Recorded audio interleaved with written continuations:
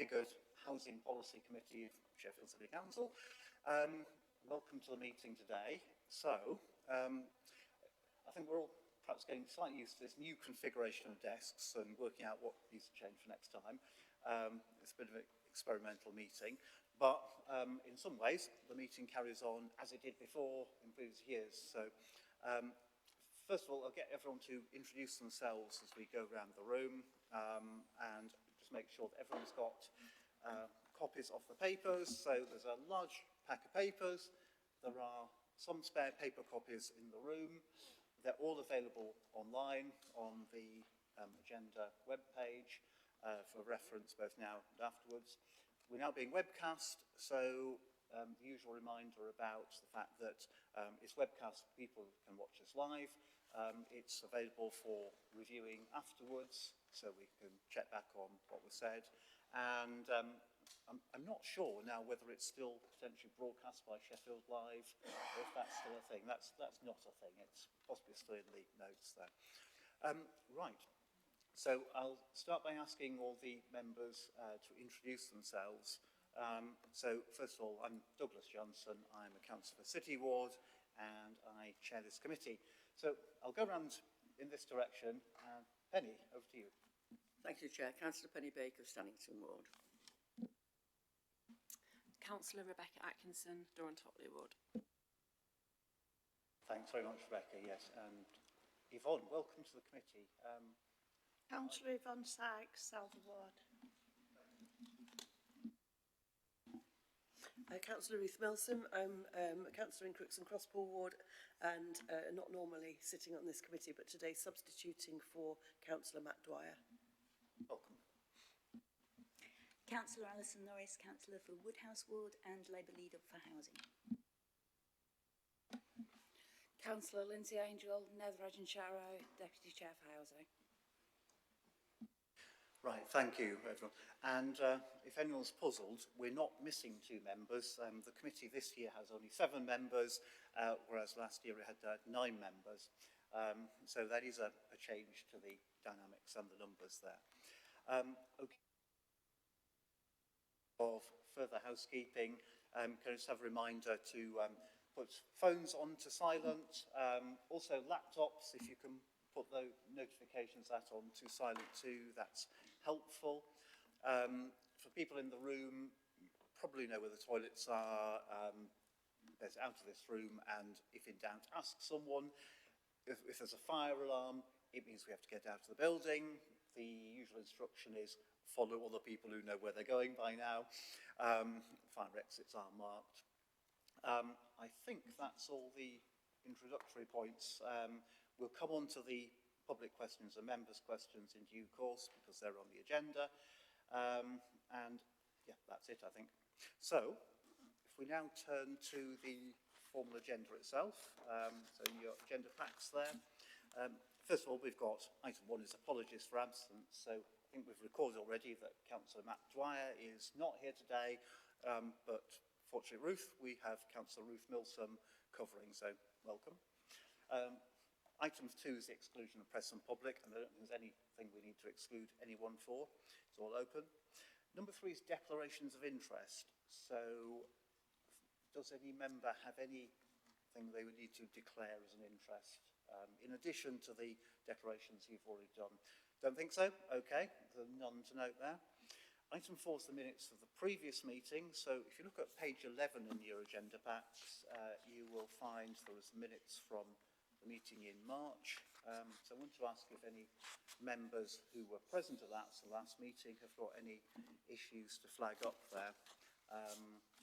Not seeing anything. Just for new members and as a refresher, we had some public questions about safety in tower blocks. We had the work programme, which included the fact that we dealt with an issue about welcoming the Renters' Rights Act on a referral from full council. We had the budget monitoring. We had the housing and repairs performance report. We had the new policy. We had the capital programme. All those things were noted. We had the new policy on private housing standards. And finally, we had a recognition that we had to register for energy regulation. So if everyone's happy with those, can I take those as a true record? I think Alison, you were proposing those from that nod, Yep, that's fine. and Penny, I think you were seconding those, so let's take those. Everyone happy? Right, I'll take that as unanimously agreed there, thank you. So back to the agenda, the next one is the public questions. So we have got one public question, and I'm just checking, Rachel, the person who asked the question isn't here today, are they? No, they're not. They've received a written response. Okay. And it's also, I think, on the website, so there's a one-page document. Yeah, there's a one-page document that's been shared with members as well, so you can see the question and response. All right. I won't read it out because it's a fairly straightforward question, and the reference is just to what's already in the papers, so there's no new information there. So if there's no other public questions, then we'll move on from item 5 to item 6, and that's the members' questions. So, thank you for submitting your question, Councillor Atkinson. So I'm trusting that you've got the proper record of the items there. So questions, the 3 questions about glyphosate use on housing land. I think I get a chance to ask if you want to ask any supplementary questions. I have 3, if that's okay, Douglas. Yeah, I think you've got 3 questions, so you can ask a supplementary on each one of those. So yes. Okay, so the first question is, who has overall oversight of the service level agreement? Is it Parks and Countryside Committee or Housing Policy Committee or both? So who would they report to, and do they report to both committees? So it's a fair question. Yeah, so which committee? So obviously Parks is supervised by Communities, Parks and Leisure. Housing areas are done by this committee, and it's a service level agreement. So of course it's an agreement between the 2 services signed off jointly.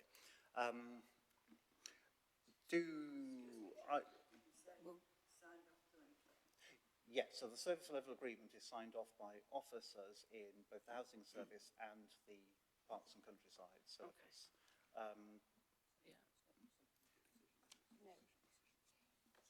So Right.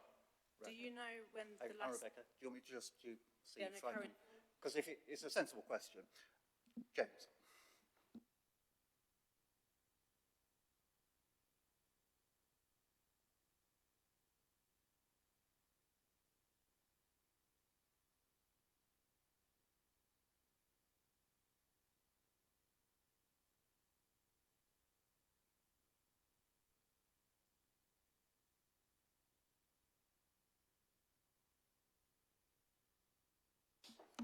We'll just get over this technical hitch. Yeah. We're nearly on.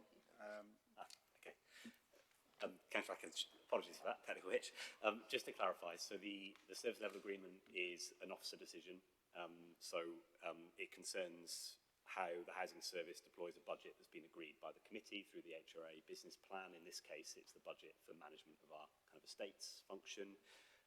Officers then work with officers in Parks and Countryside to agree a service level agreement for how that funding supports services that they perform on behalf of the housing revenue account.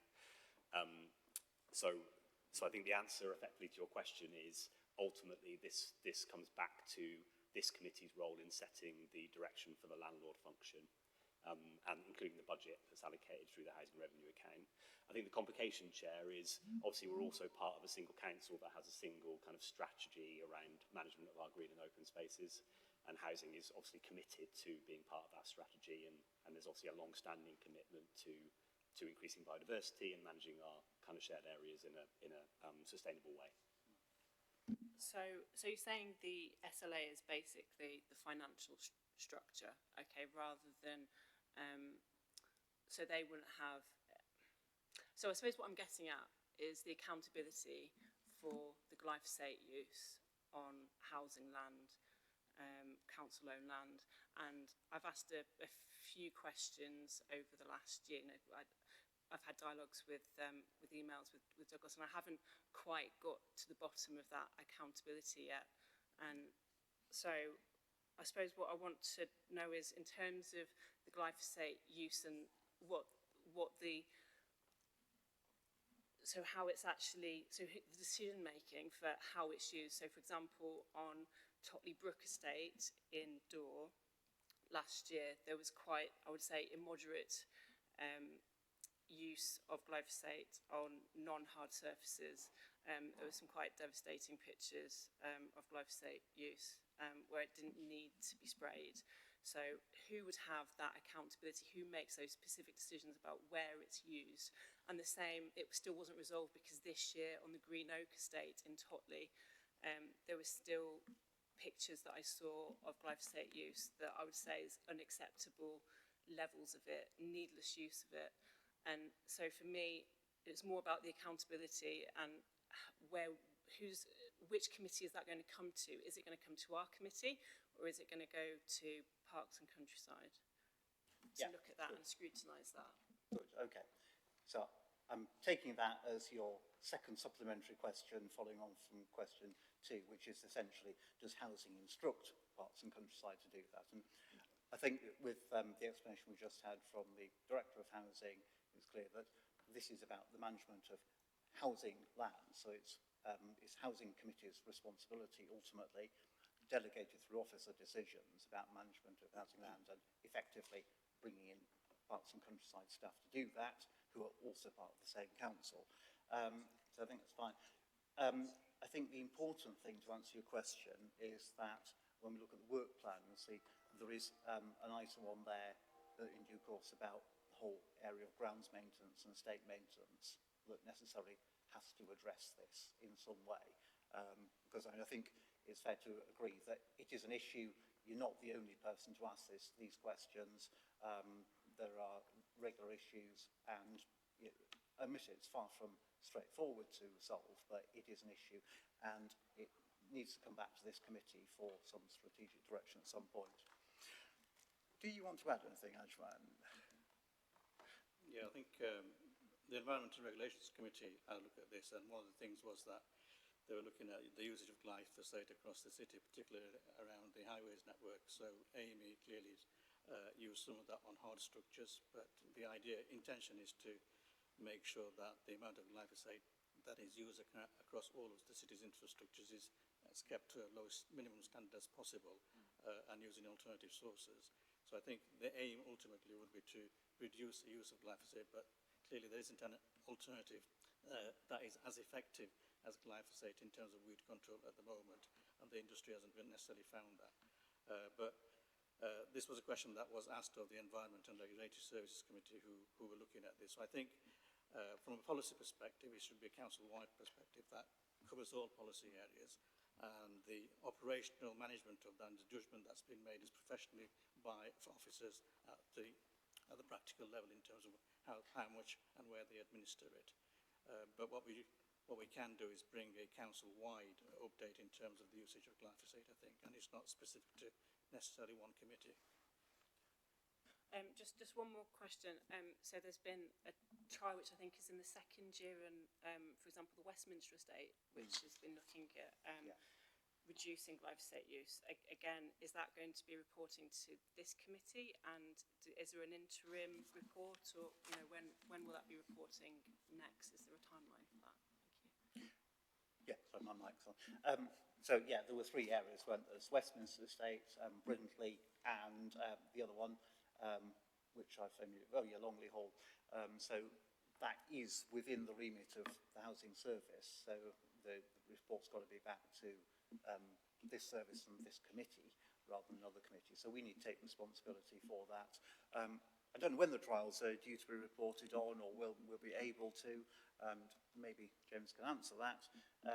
But I would imagine that the way to take it forward is to wrap it up in the overall review of estates and grounds. James, your fingers on the buzzer. Yeah, so just an update on that, Councillor Atkinson. So the herbicide that's currently being used in the trial areas is already proving less potent than glyphosate, and requires multiple spraying seasons to demonstrate the full effectiveness on weed growth that glyphosate would have. Parks began trials in April last year and have now completed their second round of spraying this year. So we're almost at the point where we've got enough data, I think, to start drawing some conclusions. So I think Douglas's suggestion is the right one, that when we provide the kind of overall update on grounds maintenance and estates management to the committee later in the municipal year, we'll wrap an update on that into the update for committee. Thank Good, you. thanks, yes. Thanks, yeah, I think those are helpful questions and they set quite a bit of the scene for the work that we will need to do over the course of the year. Great, okay, so that concludes item 6, which is the members' questions. So we can now go on to look at the work programme that I just mentioned. So you'll find that at page 19. So there's a bit of a departure from last year's arrangements. So I'm just going to outline this. So just in terms of governance, in previous years, it was the committee that made the decision by voting on the work plan with the amendments there. So apparently under the arrangements that we have this year, the committee is not entitled to vote on that, and it becomes a decision of the chair. That said, I'd be very keen to hear any suggestions, but what I will do is first of all ask Rachel just to go through the changes made and what's on the work plan now. It would be helpful to bring people to speak. Thank you. Thank you, Chair. Yeah, so just a brief introduction. The policy work programme is a core governance document, and that's used to support the forward planning of decision making. It also enables resource allocation across the year and provides transparency for members, officers and partners.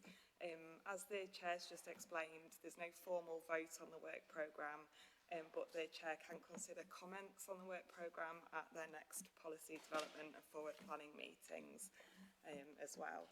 So in the work programme, there is quite a few changes since the last meeting. These are highlighted in the table on page 20. Yeah. 24's at the end.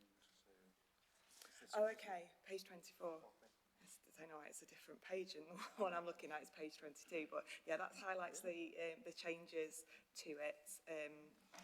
Oh, sorry, no, I'm looking at the wrong page. Yeah, page 24. So that's probably the best place to have a look at what's changed. And if you've got any comments, officers are able to answer those. Thank you. So happy to take any comments on that. So we should see on there, I'm just looking for the item on the estates and grounds maintenance, which actually I noticed, yes, sorry, James, actually is not on there, but that is, we've clearly signalled it will be. I think we just hadn't got a date for when it's going to come, but yeah, the whole issue of estates and grounds maintenance. So yeah, correction, it's not on the work plan, it will be. Has anyone got any other things they want to ask about? Yeah. Councillor Norris. Surprisingly enough. Several questions. Do you want me to ask them all at once? Or? Just, yeah, go through them, yeah. Yeah. So first of all, the asset management strategy is going to be a key piece of work for this coming year. It still refers in the work plan to knowledge briefing for members, specialist knowledge briefing. Welcome that, given the complexity of the work. Is that still to be included, given the new working arrangements? Okay, so I think it's fair to say for me that the asset management strategy is incredibly important, and we need to have all members having visibility on that. We're going to have proper briefings for the full committee on something like that, I think. It's fair to say we're still working through the arrangements about what officers are expected to do and what they're expected not to do. But yeah, I completely take that point on board. James, you wanted to come in on that? Yeah. What I would say, Councillor Norris, is there shouldn't be any references to knowledge briefings in this forward plan because it's no longer a meeting that's held regularly. So apologies for that, members. We'll get those references removed.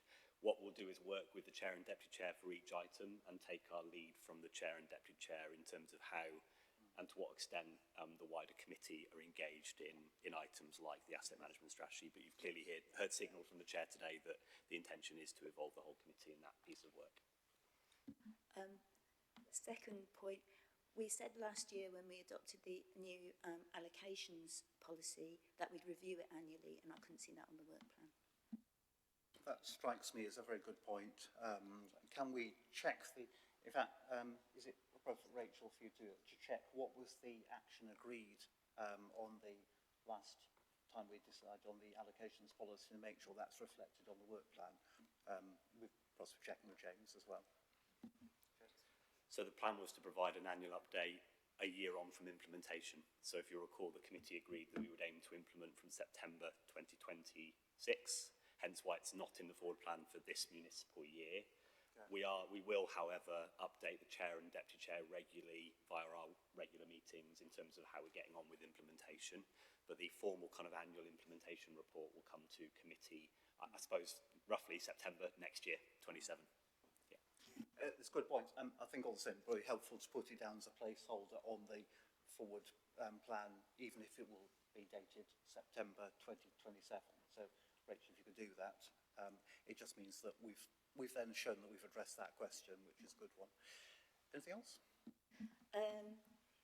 I was interested in the thinking behind having a separate decarbonisation work plan annual review in October, because as far as I understand it, we agreed last year not to split decarbonisation work off, but to make it part of the overall quarterly reporting, because it's a key part of our overall approach to provide well-maintained, decent, safe and warm homes. I think that's something we should look at. So the point we're here was to make sure that decarbonisation was on the work programme, because it's something that across the board we'd all said was an important priority. So it is on there. The reason it's in October is because that's probably the first opportunity you can get something substantial to it. But I think also for officers we need to have some more thought about how members of the committee are going to be engaged with briefing and discussion before then, because it's a huge area. So, yeah, should we say we'll come back to that? And I just want to make sure that it is on the work plan there. So what's the other part of your point? I just wanted to make sure that that was just an addition for additional information and not at all a move to replace it from being a key part of the quarterly reporting for the overall service. Yeah, that's right, the quarterly reporting. So, so with the quarterly reporting, there are elements in there about things like EPC measures, but perhaps not a lot else on decarbonisation. And there's got to be a discussion about what goes into the performance reporting. So, yes, I think that's a good point. James, or did you want to add anything about that? So again, we need to work with the chair and deputy chair to develop that item and what specifically comes to committee in October. Just to be clear, so the performance report is about measuring performance, so it will necessarily be largely backwards looking. What I think the chair and deputy chair are keen to do is that we have a conversation at committee about the forward-looking agenda on decarbonisation, things like progress against the solar strategy that the committee agreed last year. We also want to update the committee on the new formula for working out EPCC and MEES, which will have an impact on the HRA business plan and how we hit our targets. And also there's an obligation on every committee to have an annual conversation about your climate statement. So the plan was to wrap all of that up, I think, into an item in October. But as I say, the detail is to be confirmed with the chair and deputy chair. Thanks, that's really good clarification. Good, all right, that's helpful. It's a much bigger topic than a sort of one single agenda item. Okay, all right. Any other reflections from anyone on the work programme? So this will be a document that changes each time we have a committee. There'll be new things on there. So, yeah, let us know if there are things that you think we need to discuss. Okay, That's right. You know, not, yeah. Well, yeah. I think let someone know if there's something you think the committee ought to be discussing. I'm the chair, so happy to take on any comments. All right, so we don't need to make any formal decision on that, not even noting it. So we'll move on to item 8. So we're now on to the substance of the meetings. And Jane Wilby is going to come to the table here. Apologies that I haven't asked all the other officers here to introduce themselves, because it's part of the normal procedure. I always forget some little bit of it. Jane, whilst you're logging in, can I just get staff here to introduce themselves? And if we'll go this way, and then Jane, I'll come to you. If you can introduce yourselves, and then we'll get on to the items. Rachel. Thank you, Chair. I'm Rachel Appleyard. I'm the Principal Democratic Services Officer supporting this committee. Hello, I'm Sherry Grant and I'm the legal advisor to this committee. Hi, I'm James Clark. I'm the Director of Housing. Hi, I'm Ashwan Ali, Executive Director of Neighbourhood Services. Jane. Jane Wilby, Assistant Director of Finance and Accounting. Thanks very much, Ian. So we've got your report on the finances, which we're quite familiar with because it's similar to every committee. It's on page 25 for committee members. Jane, would you like to run through? So we're assuming that people will have read this, but yeah, it'd be helpful to get your highlights. Thank you, Chair. So the starting point is that the Council finished the year with an 11.1 million overspend, which is less than 2% of the Council's net revenue budget. So it's still a significant pressure, but an improvement compared to earlier in the year and the last 2 years. It was 18.9 million overspent at Q3 and 34.7 million last year, so we are moving in the right direction. The improvement is a result of strong action across the Council, closer control of spending and better tracking of the position, particularly in the final part of the year. However, it is important to be clear that that doesn't mean the problems have gone away. The same areas are still under pressure, particularly social care, children's services, SEND and housing, where demand is higher and costs are greater than our budget allows. The 11.1 million overspend will be funded from reserves. That has helped us manage the position this year, but it's not something that we can continue to rely on, and it's a key reason why we need to keep a strong focus on financial discipline. In terms of what's driving that position, adult social care remains the biggest pressure at 30 million overspend due to the number of people needing care and the cost of that care. Children's services continues to face pressure, particularly from high-cost placements and support for children with complex needs. SEND transport has improved significantly during the year, with the overspend reducing as a result of practical changes such as shared transport, travel training and better decision-making. So turning to the housing budgets, the Housing General Fund is where we include the budget for temporary accommodation. So we've had the issue in our budget that government doesn't fully subsidise all the costs associated with temporary accommodation, and this is where the overspend comes from. In 25-26, this area overspent by 2.7 million. So the total spend was 4.9 million, which was funded by 1.3 million of base budget and 0.9 million of grant funding. After some offsets of underspends elsewhere within the Housing General Fund, the net overspend for the year was 1.9 million. So for a direct comparison, in 24-25, the net accommodation cost was 3.9 million higher than it was this year. So the overspend has been funded by money set aside in the budget to cover the known risk in this area. The cost of emergency accommodation has continued to reduce over the year, which reflects both lower demand and successful negotiations with providers to reduce nightly rates. So in addition, faster allocations to permanent housing have increased move-on rates. So as a result, the number of placements fell from 272 to 216 over the course of the financial year. So looking at the housing revenue account, the HRA finished 24-25 in a balanced position and contributed 7.7 million to the capital programme. There were some variances within this outturn. In responsive repairs, 4.9 million of overspend was driven by inflation, additional legislation including damp and mould and increased demand. So this is net of capitalisation costs, which means we've reviewed the costs where in-year costs and separated in-year maintenance costs and those that should be charged to the revenue account and those more longer-term costs that can be spread out over a number of years. In fire safety, there was a 0.4 million overspend due to waking watch costs and work to replace non-compliant cladding. These overspends were offset by 3.2 million gain from Treasury. Now, this is because we took an opportunity to repay a bank loan early and received a discount as a result, plus the ongoing reduction in the interest payable as borrowing is lower than anticipated. We've also taken some longer-term decisions.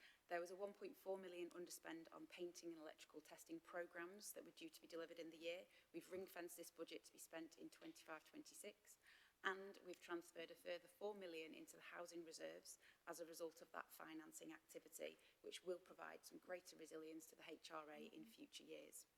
So to summarise, the final position is better than expected and better than previous years. That improvement is due to strong action during the year and some funding that we set aside earlier being released. But the underlying pressures remain, particularly in social care and SEND and housing. We've used reserves to manage the position this year. That's not sustainable. And going forward, the focus has to be on reducing demand, improving value for money and delivering the changes set out in the Future Sheffield programme, which is key to creating a more sustainable financial position. So I'm happy to take any questions if you have any.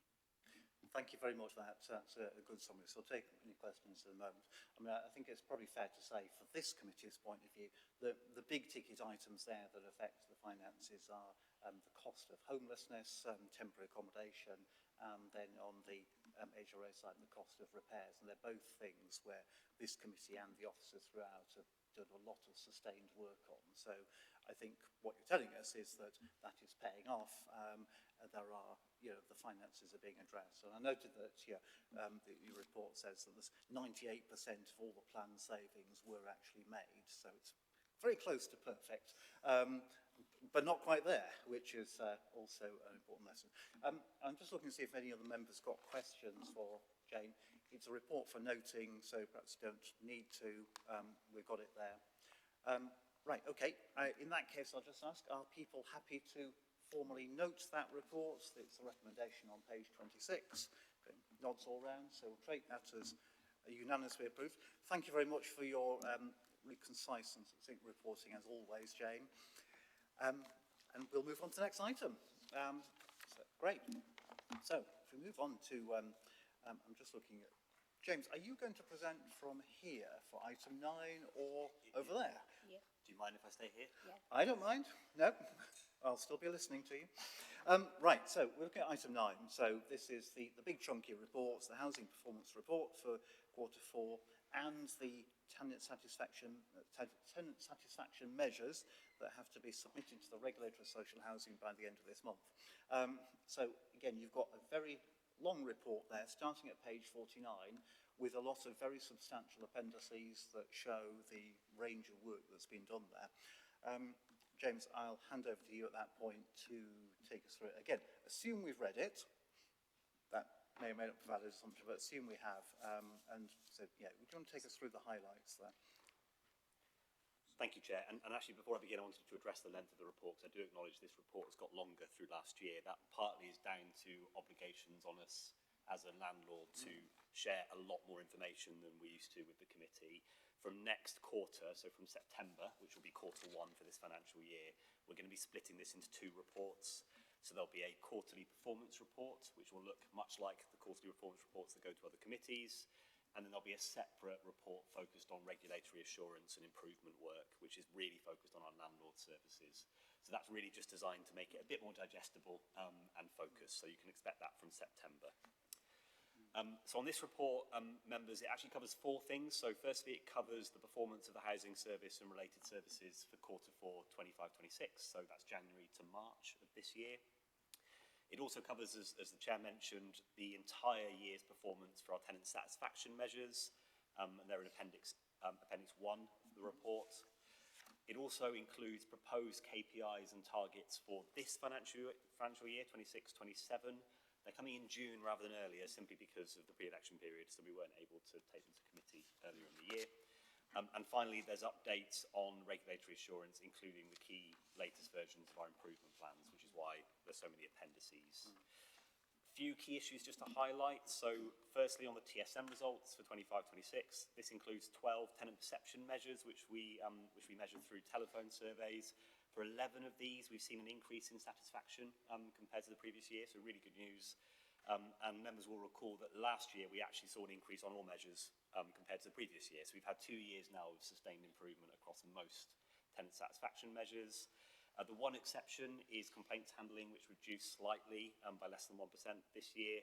We've spoken before at length to members about the improvements we're making around complaints handling, and you'll see in Appendix D, there is a specific improvement plan in place to address complaints performance in the repairs service, which is where the vast majority of our complaints come in.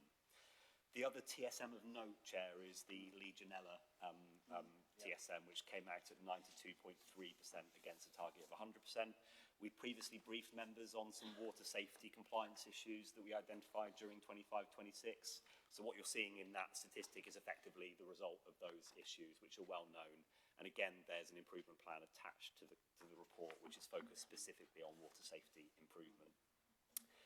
Turning to Q4, so as trailed in the Q3 report, we saw continuing impacts in Q4 related to the introduction of the new housing management system, particularly in rent collection and empty homes. These areas have now actually begun to stabilise in quarter one, but that isn't obviously reflected in the report you've got in front of you. Encouragingly, though, in quarter four, we did see the issues in emergency accommodation, temporary accommodation stabilise. Again, those were system related. And actually, at the end of quarter four, we had fewer households in temporary accommodation than at the end of quarter three. So that's really positive. Third quick thing to flag, so it's too late for inclusion in this report, but last Wednesday the regulator lifted our gas safety regulatory notice, which has been in place since 2023. Thank you. This follows years of sustained improvement activity across teams and from elected members, it should be said. So as well as bringing the number of overdue safety checks down significantly, really this decision was based on the findings of an external audit that we committed, which found that we have generally robust compliance in place now for gas safety. Members should note, however, though, that the C3 regulatory judgment remains in place, so there are still serious failings that the regulator's view is we need to address. And then finally, Appendix C contains a new look suite of key performance indicators for 26-27, alongside proposed targets where relevant. These were developed last year and are designed to provide the committee with a good rounded view of performance across all the housing strategy areas. There were some notable gaps, I think, previously. Climate change is one of them, Councillor Norris, but there were others as well. So from September's report, which will be quarter one, you'll see the results against that new KPI suite. And I think that's it from me. Thank you, Chair. Thank you. That's really helpful to have that summary there. So again, looking for any questions from the committee, and I'll take this in a moment. One thing I just wanted to check is when you're looking at the performance measures, obviously members of the committee have been on for a while, and this is a longer term project of continuous improvement, and we have to keep on working with that. Looking at the tenant satisfaction from page 87 onwards, there's a list of the actual performance measures with the reference on. So we've got columns for the previous year, and then each quarter, and then the outcome of this year. The smiley faces and the trends that relate to the difference between quarter three and quarter four. But if you compare the longer term improvement, comparing the year 24-25 with 25-26, they're very largely going up despite blips in the last quarter. So I just want to draw attention to that and just check that I'm reading that correctly and looking at the longer term trend of improvement. Is that a fair assessment? Yeah, so the report that the Chair's referring to is the quarterly report, and we always show progress in the quarterly report compared to the previous quarter. So you're right, Chair, there will be instances where actually overall the annual performance is really positive, but the specific change between quarters is maybe less positive. I'll just maybe add one more thing on TSM specifically. Because of the way we have to get a good sample of tenants responding to our satisfaction surveys, often in quarter four, the results can appear a bit odd because we might have to target certain households across the city in order to ensure we've got a good cross-section across the whole year, if that makes sense. So if we're behind on a certain area of the city or a certain demographic, we will target those residents in the final quarter so that over the whole year, you've got a good sample. Okay, might be less than that. Councillor Baker, I think you had a question, so More of a comment, Chair, if that's all right. Just to say, really pleased about the regulator. It is such a major step in the right direction for all of us, particularly for our tenants. And everybody who's been around this table before knows how hard it's been to turn that around. A major concerted effort that's eventually went more quickly than I expected, even though it seems to have been forever. So thank you for that. I'm still quite concerned, even though the figures are going up and everything's going round, about the empty properties, about the voids we still have, and the length of time it seems to take us to get from acknowledging we've got a problem and an issue with the property to actually getting it so it can be let, or in some occasions sold on, because that's a better decision. And it worries me that there's still some work to do there that perhaps we've not identified. It's in a world where we are short of homes, to think that we've got some without anybody in it is sad. It's also a job outside the HRA for the private sector housing as well, of course. And perhaps a bigger job for them than us, but something we need to do going forward.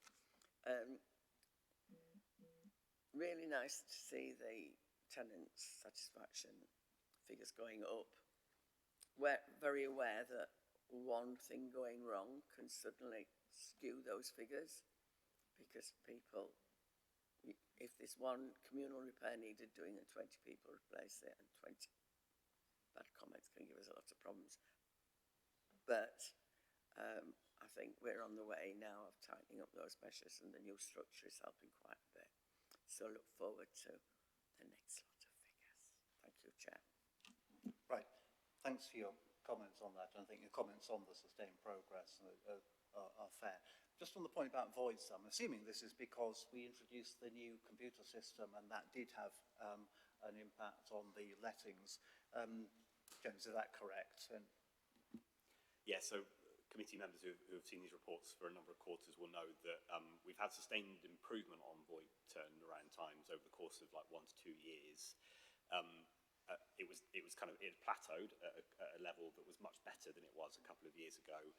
What's then happened is obviously the introduction of the housing management system has particularly impacted void turnaround times. We prioritised sorting out the issues that were specific to temporary accommodation, B&B first, for obvious reasons, which is why that position began to stabilise a bit earlier. What we're now focused on as a service is ensuring we get back to that lower number in the voids and empty properties. But always happy to provide a more detailed update initially to the Chair and Deputy Chair on where we are on empty properties. right, thanks. It's something we'll keep an eye on, yes. I was going to bring in Ruth, unless it's something... Councillor Milson, yeah, do come in. Welcome to the committee. Very much, Chair. I've got a couple of questions about fire.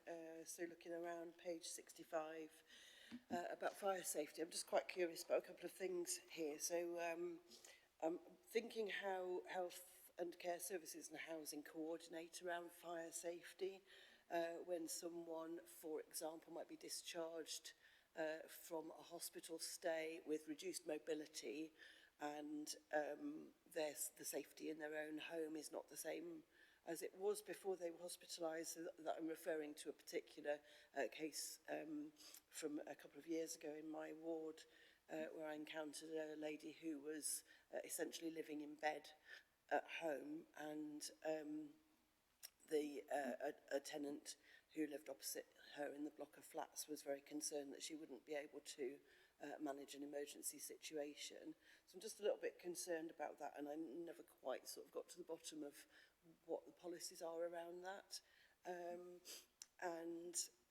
In the same block of flats, coincidentally, at the same time, a resident had raised a bit of an alert about their fire door, their front door, their internal front door, and that it wasn't fire safety compliant. She could see, actually see gaps around the edges of the door, and it didn't have a self-closer. So I had a little look into that with repairs, and they told me about a door replacement programme, which would be running for a number of years. I just wondered whether that programme is complete and how kind of proactive it is, or is it reliant on tenants actually reporting their individual doors, and are we going to get to a position where all the doors in low-rise buildings are compliant? So it's obviously quite a worry as well in case of fire. And then I did have a question about a completely different part of the report. Do you want me to? Should we take those first? So just unpicking those, I think there's 3 things there. So one is about individual repairs like cracks in doors. Second's the door replacement programme, which is something the committee agreed to last year, quite a big investment on proactively replacing doors with ones that improve fire safety. And then there's the slightly sort of issue about effective discharge from hospital, I think. Just that coordination with care services. Yeah, the suitability of that and what the liaison is between, on presumably discharge planning, which is a whole area itself. I mean, James, do you want to comment in particular? I mean, I think the repair is the repair. They need reporting all the time. But the fire door safety replacement programme, where are we with progress on that, roughly? Yes, so there's a lot of detail in the Fire Safety Improvement Plan at Appendix H, which you might not have read in full, but it is in there. We have a contract in place, as the chair referenced. The contractor is Harmony. They are now mobilised, so they are on with replacing fire doors. We're prioritising higher risk blocks, so that would generally be higher rise and older persons independent living blocks, where either the block is more risky or whether we've got a group of residents in those blocks that, for example, may have mobility issues or so on. In terms of where we find the doors and how we find the doors, it's largely through a proactive inspection regime. So this is something that's been stepped up quite significantly over the last few years, partly in response to enhanced fire safety rules that were introduced after Grenfell fire. So we now have a team of officers who proactively inspect fire doors, and that's the main way that we work out whether they need replacing. That said, we do also respond when we get responsive repairs. So we'll get reports from residents, but also from elected members about issues with doors, and if a replacement's needed, that would then go into the programme. There have been some performance issues in terms of mobilising that new contract, which we're quite open about in the report and in the improvement plan. We've got mitigations in place. One of those mitigations is also exploring a second contractor, so we've got a bit of resilience in the programme. On the second issue, funnily enough, I saw, and I think Suzanne was involved, who's in the audience, a very similar case recently where there was an individual who was, the plan was to discharge them from a hospital setting back into their property, but there was a fire risk concern. My view on this is it's obviously right that officers are really strict on fire safety. It's something that we've had to address quite proactively in the council. And obviously this committee agreed a fire safety policy, I think, last year, which again is quite strict, black and white, on what's okay and what isn't okay. That said, there is a degree of pragmatism that needs to be applied to some cases. And in that case in particular, I know that Suzanne spoke to her counterpart and we found a way forward. So that they're relatively rare, and in most cases it's right that we apply the rules rigorously, but on occasion officers will obviously apply their discretion if we think the risk is tolerable and we can manage it, and it's better than the alternative, I suppose, Councillor Milson, then we'll obviously do that. Thanks, that's helpful. Just on the repairs, I think it's always worth a reminder that people should report repairs. If something needs doing, it's important to tell the council one way or another that it's done. The lady who contacted me about her fire door did say she'd been reporting it for some time. Hopefully we're moving out of that scenario because, you know, since I joined the council in 2021, it's been a running theme that, you know, backlog of repairs. So, and when it's a repair to a fire door, a backlog is that's just entering nightmare scenarios. So hopefully we've moved on from that. Right, I think that's fair point. Yes, okay. Just check, Councillor Sykes, you want to come with a question? Because if so, I'll take you in a moment. But can you just pop your mic off for the time being? Yeah. It picks up 2 mics at once, but no more than that. That's fine. And I'll come back to you after Councillor Norris's question. Are you, yes. Yeah, please go ahead. I get that done as well. Page 88, just, I mean, you know, this is a novice kind of question. I'm looking at this performance report. I've never read one of these before, I'll be honest, in housing. So I'm just curious on page 88 that there's no target in the report for acquiring and building new homes. And I think there's a target of 1,000 new homes to be built or acquired by 28-29. But it's not there in the report. So for a novice reading or a member of the public reading, it's maybe not quite clear what target that's reporting against. So I wondered if that could be in an explanatory note or something in future reports.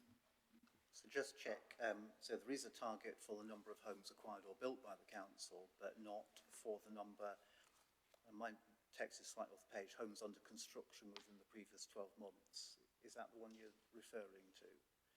Because there is a target for homes acquired or built by the council. Sorry, it's on page 88. Yeah, that's what, page 88, yeah, I'm looking at. So it does say there's some not, where no target is set. There are things, so if you like, the bottom line there is homes completed in the city centre within the previous 12 months, which is something that I think the council monitors and records for information, but it's not delivered by the housing service. So I'm assuming that's why. Does that make My sense? point is, if you're a member of the public reading this report, you're going to look at no target set and think, aha.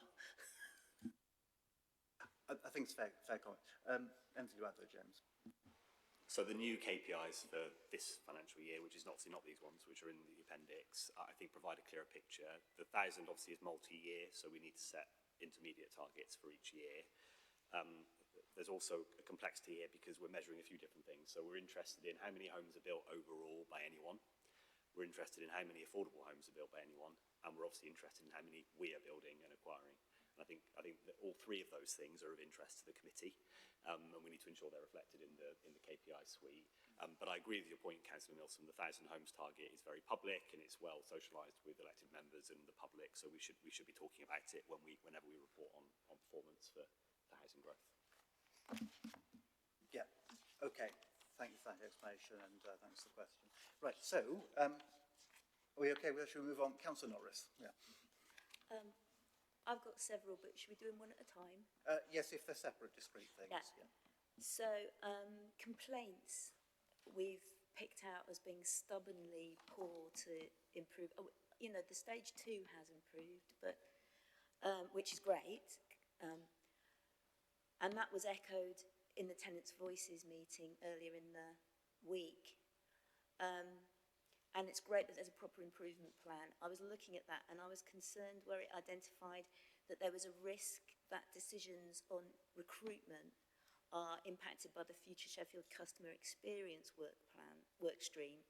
And how can we ensure, because this is a chronic problem, we haven't, you know, I really will echo all the comments from Councillor Baker, and I particularly appreciate that the targets are being revised up this year, which was what our direction of travel was, because we were coming from a low baseline. But with this particular one, how can we ensure that we get the staff we need in good time to shift this in the right direction? Okay. Fair comments about staffing.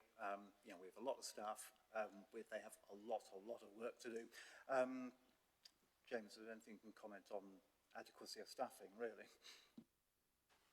Yeah, so there's a few different bits to it, really.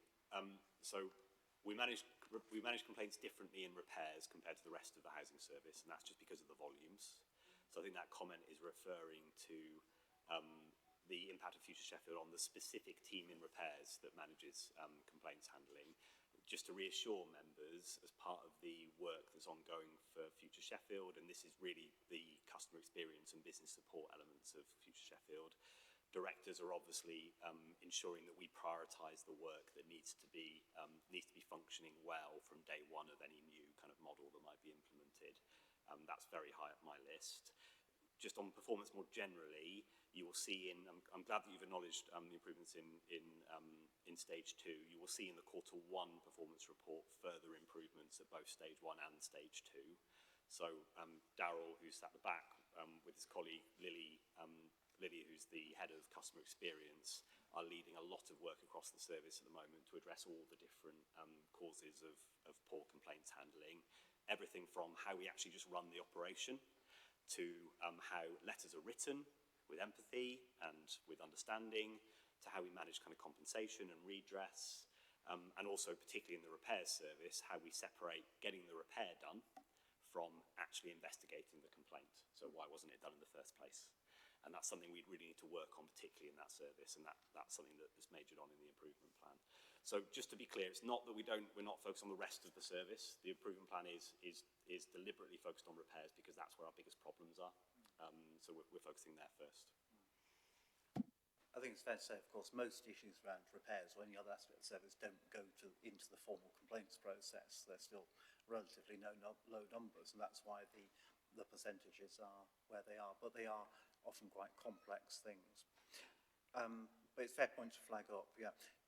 Over to you. Do you want to ask another thing? We talked about the gas servicing, and it is really welcome that regulatory judgment has been lifted. Well done, everyone. I just want to flag up, that I'm asking about concerns because there's still things to move on. It's not that I generally think we're in a much better position than we have been since I first got involved with housing.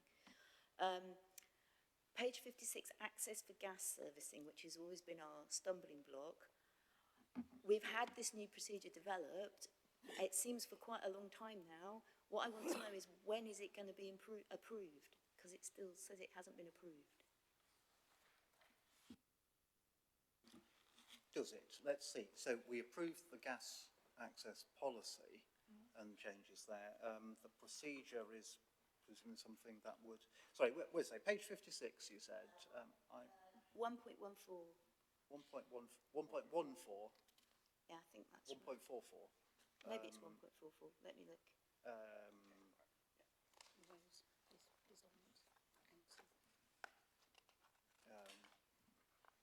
Yes, a revised no access procedure has now been finalised and is awaiting approval. Yes, okay. James? Yeah, this isn't written properly. Sorry, apologies for this. So just to be clear, that there is a gas safety procedure in place for no access, which we've been enforcing for a while now, which is one of the reasons why the numbers have come down. We have recently concluded some work with legal services specifically on the question of what legal powers would we deploy at the end of the process. Yes. And we've now settled that. So the key routes are possession and injunction, effectively, and we're using both actively. And we won't be using the environmental protection route. And then what this is really alluding to is we are now finalising a no access procedure for other work streams that build on the gas. So specifically that's around electrical safety and category 1 hazards, which are our two key areas where we struggle to gain access, but we have a legal right to deal with the issue. That is all very almost done. I've seen a draft and it is there, but it won't come to committee, just to be clear. That's an officer decision. So it's the difference between a policy and a procedure, It is, in terms of delegated authority to decide those. So yeah. Any other questions? Yes, one more?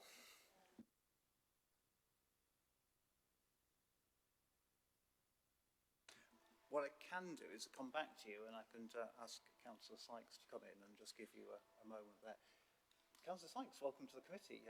What would you like to ask?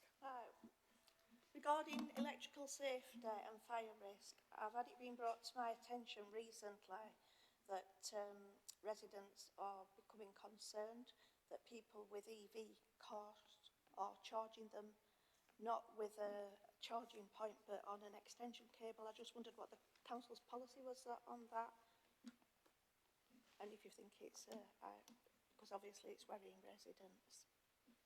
It's a fair question. It's probably not one to drop on the officers here because it definitely falls outside the remit of what the housing committee does. And essentially, you can charge a car on a cable with a 3-pin plug, and that's what people do. And that discussion, I know, has been going on in other service areas and other committees. So it's specifically an issue that's come up in the transport and the highways areas because there's an issue about cables going across the road. So, yeah, it might be worth just liaising with whoever's on those committees because that does come up. I mean, I don't think it's a particular issue for council tenants. Effectively, it's like running everything else off a plug as far as I would see it. Is it an issue that's come up specific in the service or not?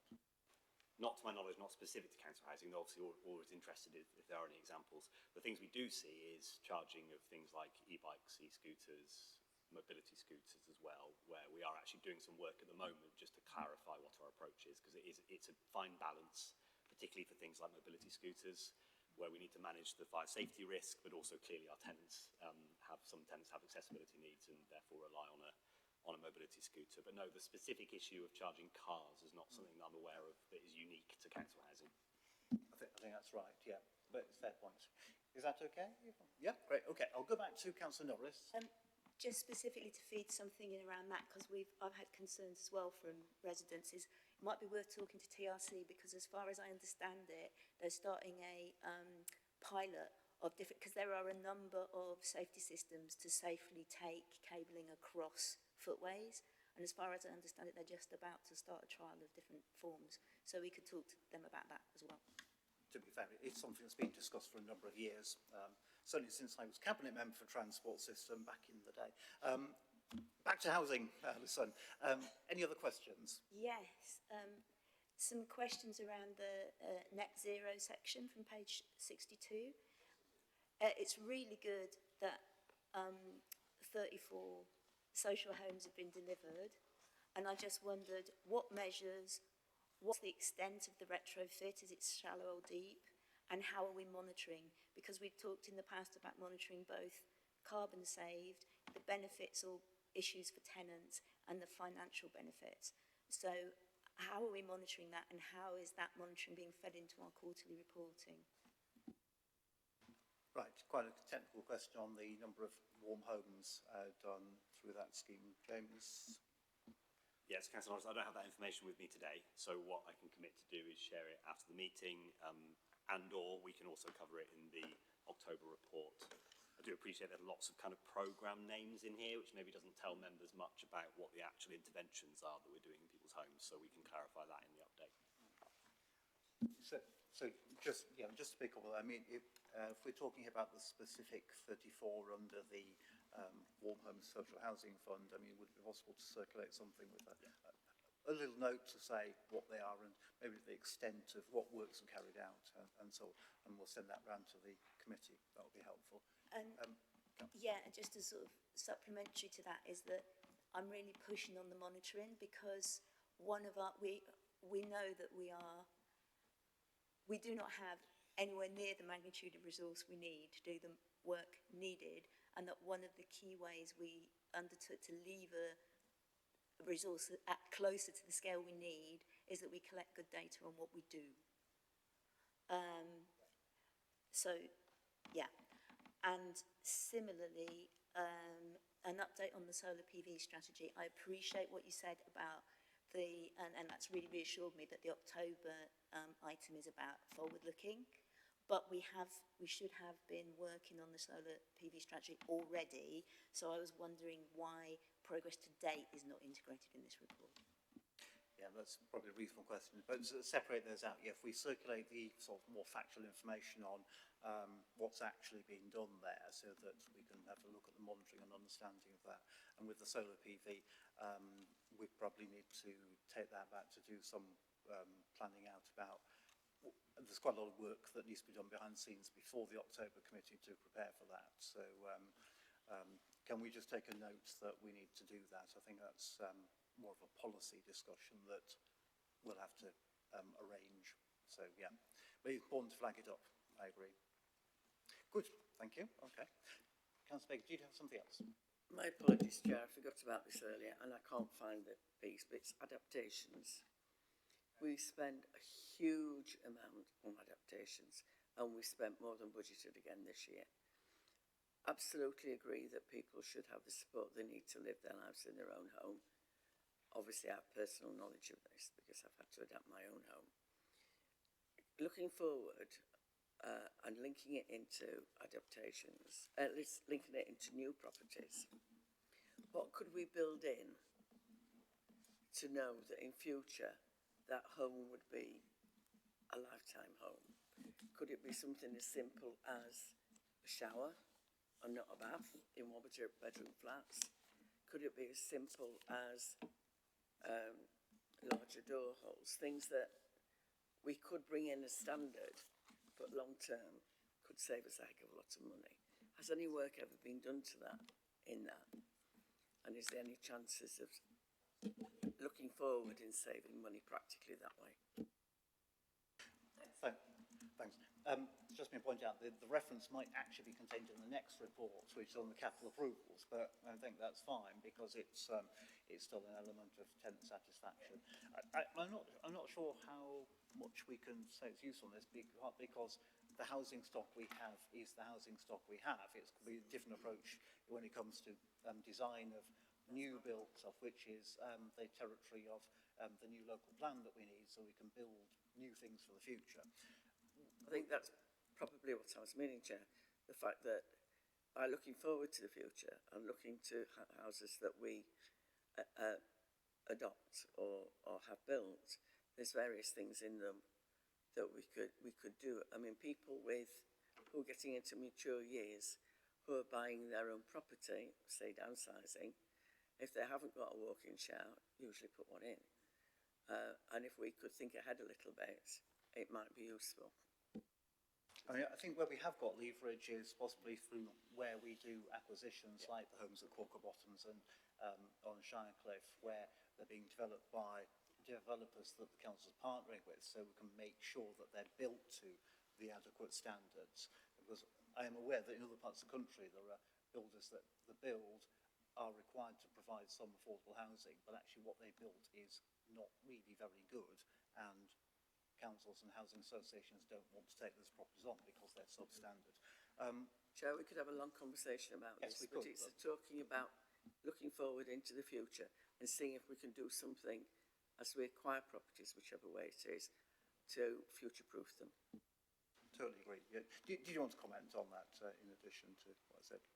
Yeah, I think it's a really good point. I think there's three different bits for me. So there's brand new homes that are built and what the specification of those homes are. That's partly a question for our colleagues in planning and the relevant committee, and also for the committee that's responsible for housing growth. There's then a kind of question of what we acquire. And you'll notice on the forward plan, there's an item that hasn't been allocated a date yet, but it's focused on acquisitions and disposals. And one of the avenues the committee might want to take that down is what are we looking for in terms of acquiring to meet specific needs? And that can also be a way to offset very expensive adaptations to existing homes. And then the third element is our existing stock, which does actually include a lot of adaptations. We just need to get better at managing that. And as you'll recall, as part of the allocations policy review, members agreed that we would move to a better way of allocating properties that have already been adapted. So they're the three big things I think we need to be focusing on. Only some of those I think are in the remit of this committee, but yeah. Yeah, I think that's right. I think it's worth flagging up though, but actually just giving the example of the Shirecliff homes, which is where there has been quite a lot of tricky work to accommodate the whole aspect of level access to all homes, or wheelchair access to all homes, because that will be a requirement of the forthcoming local plan, but isn't in yet. So it's about using the leverage through the council there, because it's a really important issue, and I know you speak from experience of that. But it is about investing in the stock to make sure that it's right for the future and looking into the long term, isn't it?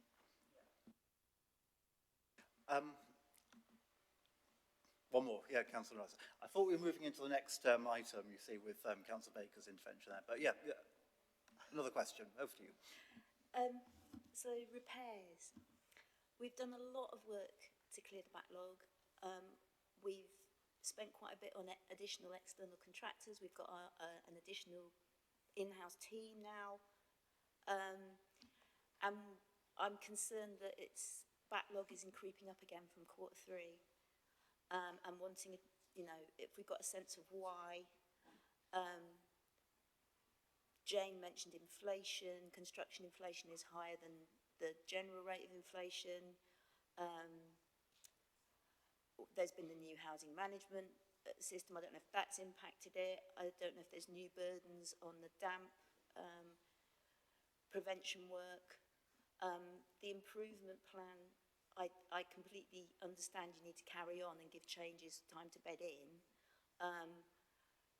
But are we happy that what we've got is in place is sufficient, or have we plateaued until we sort out other things like the relationship between responsive repairs and capital improvements? And there was a mention of a new repairs policy from the deep dive in February, and I don't again see that on the work plan. So where are we up to? Are we happy we're on the right trajectory, or is there additional priorities that I'm not aware of? And how are we? Are there? What are they? And how are we monitoring them? Okay. James's finger is on the buzzer there. In terms of repairs policy, we agreed a new repairs policy, didn't we, in the last year? So I think that is in place, and I think the trajectory over the long term, as we said on the performance figures, is going in the right direction. Just still a long way to go. James, do you want to answer that? And also answer Alison's question about how much new burdens funding does the government provide for all the additional repairs obligations on the council? Well, that's a quick answer. None. None. So quarter four specifically, there was an increase in overdues within the responsive repairs work stream. That's largely just down to volumes that we received. We've taken action off the back of that, so we've put some additional coordination resource into that work stream to ensure we're getting those repairs cleared. We've also got an extra service manager actually leading responsive repairs at the moment, which is by far the biggest work stream. So those quarterly differences are important, but also we need to kind of keep an eye on the long-term trend, which is we have fewer and fewer every month, very long-term backlog kind of overdue repairs, which is the key thing, the key issue we had in Sheffield. Am I happy with where we are? Absolutely not. There's still lots to do. We still have too many overdue repairs. The service, as you heard from Jane, is still overspending regularly, but things have improved markedly, as councillors have seen. We've now got to the point where the service is stabilised enough for us to start looking at the kind of the overall operating model of the service, and we've just commissioned a piece of work that will help us understand what the operating model should look like longer term, and we'll want to talk to the committee about that at the appropriate time. Just to clarify the point on policy, the Chair's right, the committee did agree on policy relatively recently, and we're certainly not proposing to bring a wholesale new policy, but there are some tweaks we might want to recommend, particularly around how we categorise repairs. One of the issues in responsive repairs is we have the same number of days regardless of how complex the job is, which is quite unusual. So other landlords will have some major works repairs that we allow kind of a much longer time frame to resolve. So we want to kind of tidy up some of the timescales in the policy and also reflect some of our new responsibilities like damp and mould, which was not a legal responsibility at the point at which I think the committee agreed the policy. It wouldn't have been because it only came in October. So that's the detail on that. But as always with repairs, very happy to provide further detail. I should also say, sorry, relating it back to Jane's item, it did overspend by 5 million last year, but you'll recall as part of the HRA for this year, members agreed a £3 million increase in the budget, and we've also earmarked an additional 1.5 million for next year. And once that's taken into account, we anticipate that service will then be able to kind of cut its cloth. Right. Thank you. Yeah, that's really helpful. And of course, we should always keep policies under review. I hadn't quite clocked, of course, there's been changes in the law since then. Yeah. Anything last one before we move on? Do you want to just ask them both together? I'm just a little bit conscious of time. Yeah. Go ahead. One's a smaller one with, I remember us employing a specialist in damp and mould to look at underlying causes because one of our problems was repeat visits and not resolving. I just wanted to check, are we still using that model and is that still informing our practice that we're looking at addressing root causes? I think it is worth just taking that one. I think that's a fairly simple answer. I assume that's work is ongoing. Yes, so we have got the consultant still in with us at the moment. The approach you're referring to is the building pathology approach, which we continue to embed with our teams. We're about 9 months into Owls Law now, and the service has just started to look at a kind of retrospective review of what we've learnt, both about how we operationalise Owls Law, but also what we've learned about our properties and which properties is damp and mould more prevalent in. So that work is ongoing, and once it's ready, we'll share it with the chair and deputy chair initially. I think it'll be good to have a good thorough look at that when we've found out what our learning is. Good point. Councillor Norris. Really good to get the update on the result of the stock condition surveys so far and the improvement plan based on that. And I really welcome page 150, the launch of a HHSRS service improvement group to look at, because we've identified a lot of category 1 hazards, more category 1 hazards than we realised, and obviously that's really urgent to get sorted. And I just wondered if there's any, how that's going, and if there's any signs yet that is helping us to take the appropriate action quickly. Yeah, good question about the stock condition, and that will feed into the asset management strategy, won't it? So, which will be coming soon, and we're going to do some work on that. So, yeah, page 150 you said, which was the stock condition report. flagging up some high priority items marked in red there. 150 is the page we're looking at. So it's in the stock condition improvement plan update. And of course, it's very much a case of the more you look at things, the more defects you see. It doesn't mean there's an increase in defects, it just means that we know about them and can then address them. James, yeah. So if you go back a few pages to 139, there's some useful charts in there showing the number of completed and outstanding Category 1 and Category 2 hazards, and the committee will know that there was a big peak as we started the programme. We've now got that under control, and we're managing to kind of keep up with the run rate of new Category 1 and Category 2 hazards being uncovered and then us resolving them, and a lot of that is down to better coordination between services and the service review group. I mentioned access is an important issue, particularly for Category 1 hazards. And I think all landlords are grappling with that because it's not something that landlords have routinely tried to gain access for in the past, but we need to try. And I guess the other thing to flag is we will continue to find large numbers of Category 1s and 2s until we complete our stock condition survey programme. So we're aiming to get to about 80% of stock condition surveys done by the end of this financial year. So you can expect more Category 1 and 2s to be coming in. That's a good thing because then we know about them and we can solve them. Yeah. I mean, the good thing about all our investment in repairs is that it's investment in the long-term fabric of the building. So yeah, these are important where people live. Yes.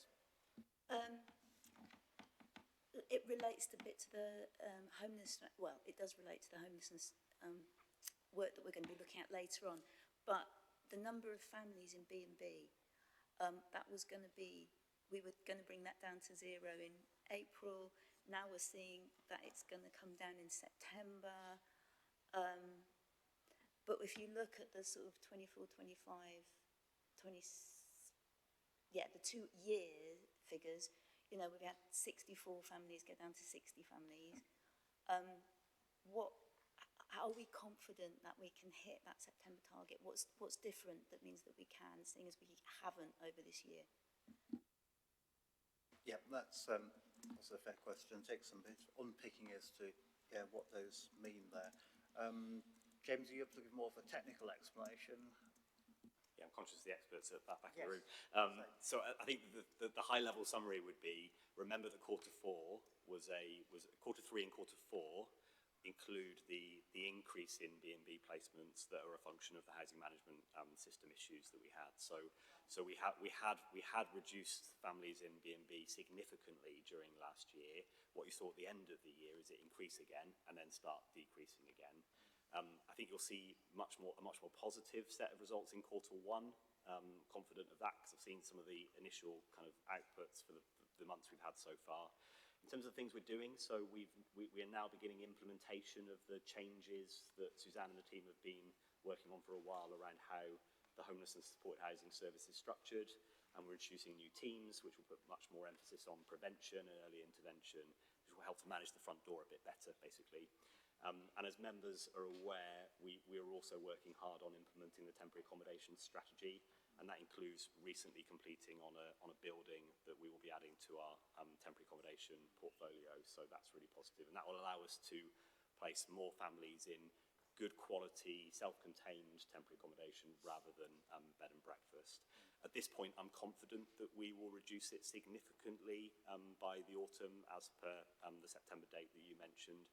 The big unknown is always what's happening out there and how many people come through the front door, but we are as confident as we can be in this position.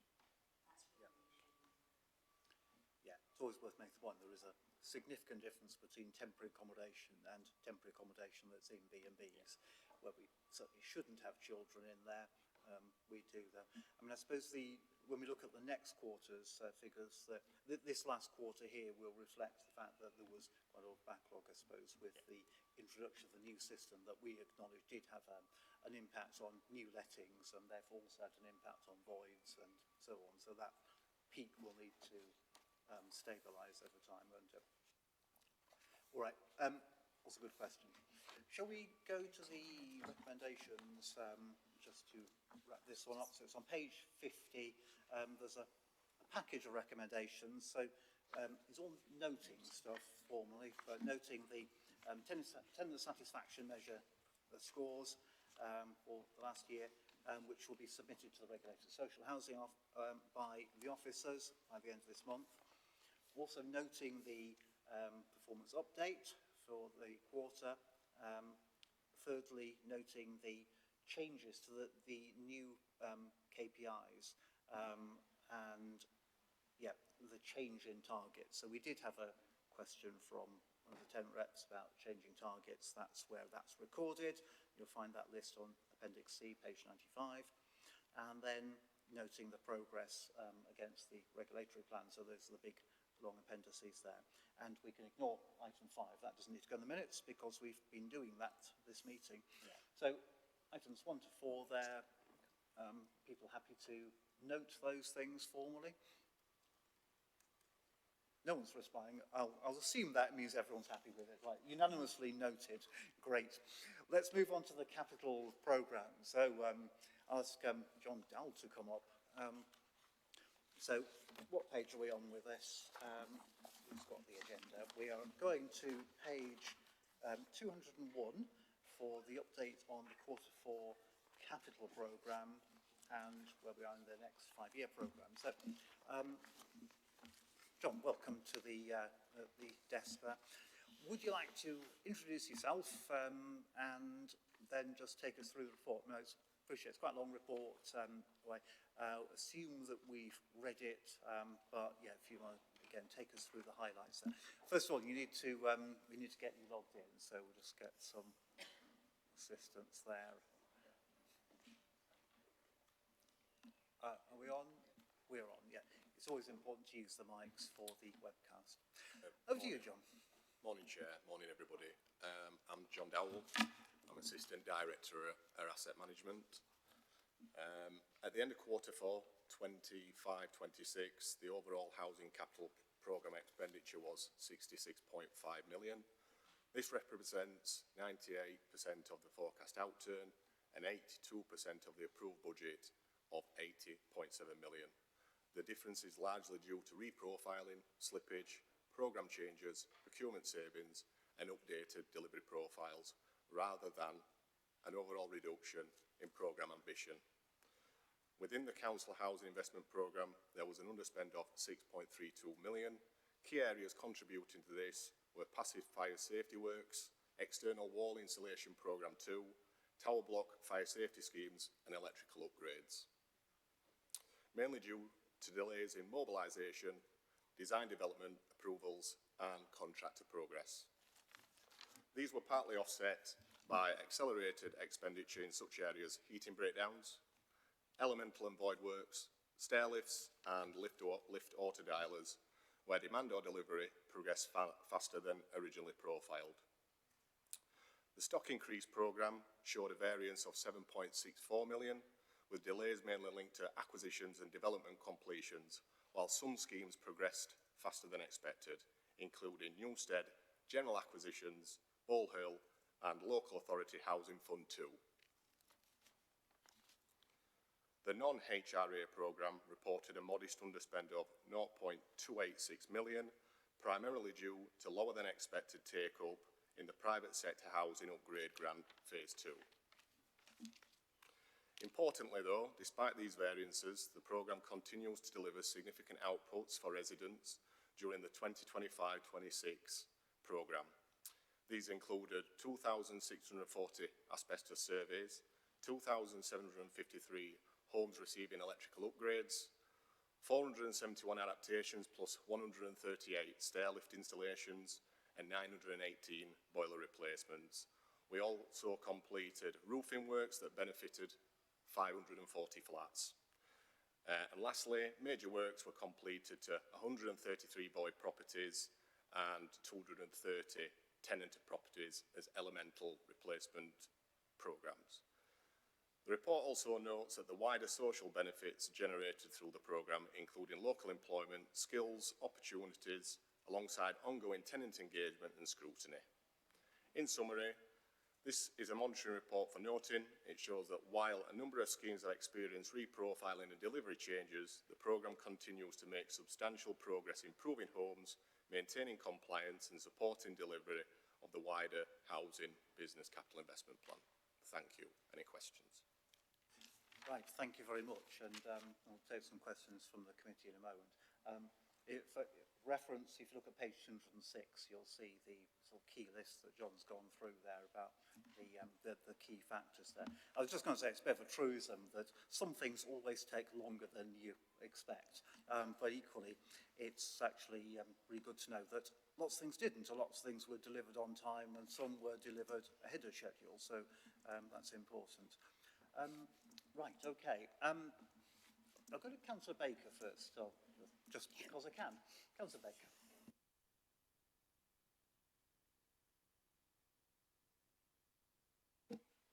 Sorry about that. Thank you for the report. I see on page 205 that there's a mention of the Carwood district heating renewal. I've looked again on the programme position and I see no further comments about any other district heating programmes in the city. We have multiple, as I'm sure you know. In my own ward, we have 3 multi-storey flats at Deer Park that are on district heating.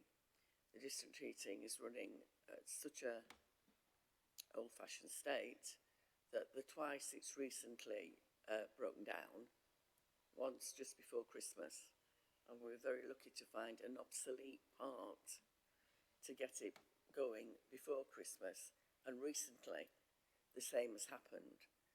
I don't think we can suddenly replace a district heating system, so I would have expected something in there to look at the heating systems we have, a lot of which are probably coming to obsolete now, and seeing what we can do to either maintain them or replace them.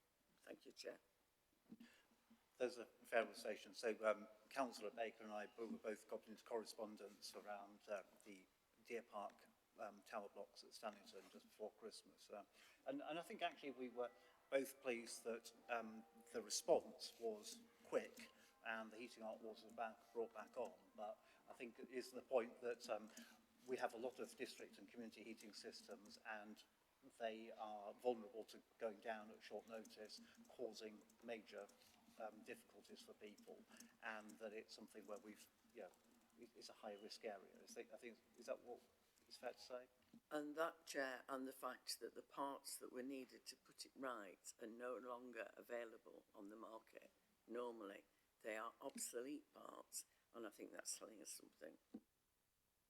So do you want to say something about the approach to investment in district heating and community heating? Thank you for your question, Councillor Baker. There's probably 2 points to this. We've had a lot of correspondence recently on potential failures on district heating schemes. We know legacy-wise we've got 135 district heating throughout Sheffield and 6,000 customers as well connected to them. Short term, working within the asset management team and with our repairs and maintenance service, we're ensuring that we've got robust mitigations in place where potentially these obsolete parts, we are looking at what additional measures we can put in terms of temporary boiler plant being brought up to site, and we've done that. But also we're checking the schemes on a regular basis, working with colleagues within the mechanical and electrical team within RMS to ensure that there's that ongoing process of reviewing these schemes and ensuring that we're on site on a regular basis and checking that everything is operating as it should be. You make a good point about obsolete parts, and we need to ensure that people have got heating and hot water in their homes. It's a fundamental, essentially. So that's ongoing, working closely with the team on that. However, it doesn't move away from the point. We've got to do something more long-term on the ageing network that we've got. So in the background, we've been working as a team to look at what is the plan on developing works for the future around the most in need, prioritisation of the sites, but understanding the baseline as well. So a lot of these schemes are probably 30 and 40 years old.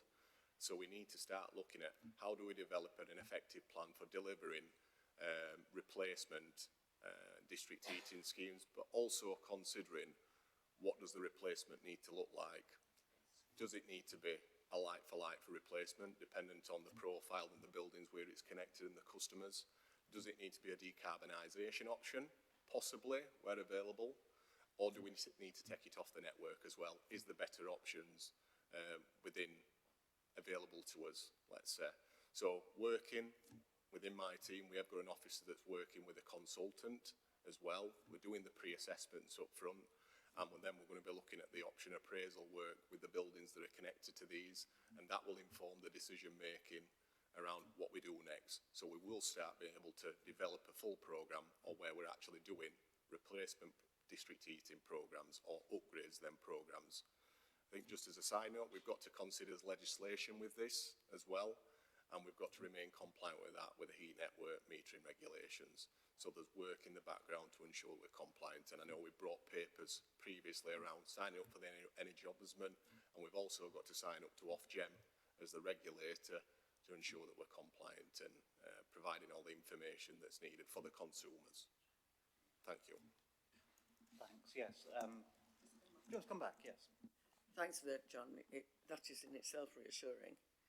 Just to say that we have a lot of work happening in this city on renewables, some through the university, some through individuals and private firms.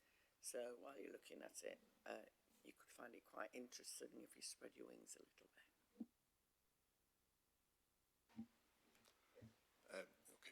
It's probably worth mentioning then, we're already working with the City Futures team on this, around the local area energy plan, and we're looking at a route map on what we're doing short term. We've developed that, and then how does it feed in and flow into what we're doing wider with the council? So we recognise we've got other district heatings, the Viola, the Eon, and the other opportunities that are available to us. So whilst we've got to do something quite short term to ensure that we've got the systems working for people where they're living in their homes, we need to work with the other teams as well. So it is happening, and the collaboration is working and ongoing. Thank you. Thank you, Chair. Yeah, thank you. It occurs to me that a lot of the work that we will need to do there will be included in both things like the asset management strategy when that comes up, as well as the decarbonisation work, and then thinking further afield outside the committee, the heat zone network area work that's going on in other committees is going to be really important. Maybe we need a data centre at the bottom of each block of flats. Anyway, that's another topic. Councillor Norris, you've got to ask a question. I'll ask a question, but before that, just comments on what we were just saying, is that this is part, presumably, as well of looking at the overall, getting the maximum value out of our estate and some of our, potential of empty, unused land, both for redevelopment and for things like ground source heat pump management, that kind of thing. I just wanted to ask about slippage. It's, 80% of the budget not spent is really not too bad, but what I was worrying about was where there seems to be like administration and sort of management reasons for slippage that we could perhaps control. I may not have understood correctly, but it looked like we might get less money from the HDF3 energy efficiency scheme because of delays. And also I was looking at things like the Chesterfield retaining wall, like its survey going out of date before we've done any work on it, so we have to get another one, and all these. It's not massive, but how can we, what are we doing to address those kind of problems that are affecting slippage?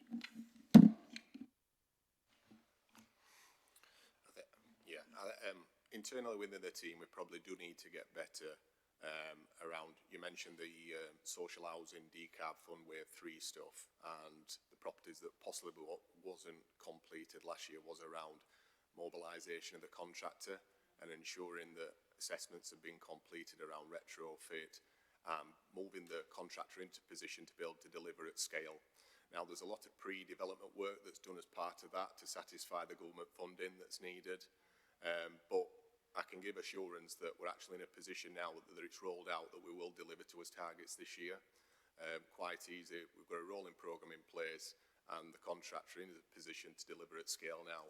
The timescales can be quite challenging around some of that at the early stages, but getting into a routine and being able to deliver that and having the team to be able to do that as well and resources internally is important. So I'm satisfied that it's moving into a better position currently. Thanks, yes. Further questions? Is this working, Penny? Because you said last year you kept not hearing me. Am I smashing? Yeah, I was looking at the boiler failures, and a greater than anticipated number that failed, and a bit like we were talking about with district heating, we want to be replacing as few gas boilers with new gas boilers as possible. What's the link with this and the decarbonisation work? I know that, you know, you can't necessarily say an air source heat pump because it depends on all the other factors of the fabric of the building, but certainly would link with the PV strategy, I would have thought. Yeah, how is that being consciously tied into electrification? When we come forward with the decarbonisation update, I think that'll give a clear view on where we are regarding the PV, the batteries and other technology that we're currently trying to install through a number of different initiatives. I think air source heat pump, in all honesty, is quite more challenging. I think we've got to remember that there's a customer at the end of this as well, and nationally we've got tariffs where gas is less expensive than electric currently. So if you are looking at predominantly air source heat pumps as an approach, there's an initial cost to the HRA within that, because it would be probably 2 or 3 times more expensive. But also there's without the correct technology being included as part of a air source heat pump, solar and battery, you're possibly going to put the tenant at risk of paying more for their bills. Now, using a combination of technologies in the future is probably the best way of going around that. So it's around choices and how we do the best kind of package for us tenants on the properties and the suitable to accept those. So it's in development, I think we could say on that, but the options and opportunities are there for us to review. Thanks, yes. Councillor Harris? Yeah, that would be great to have updates on how that in development's going.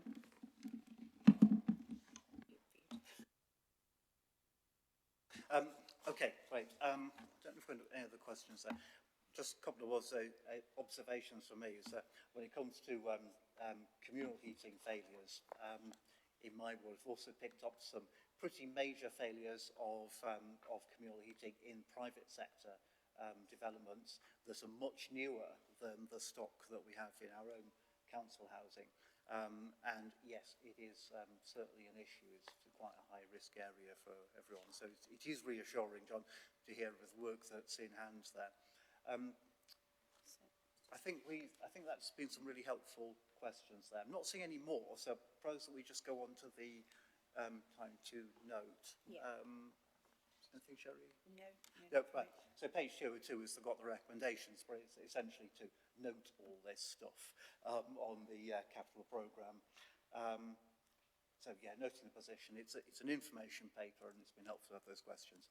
Everyone happy to note that? Assume so. So we'll take that as unanimous noting. Thank you, John, for that.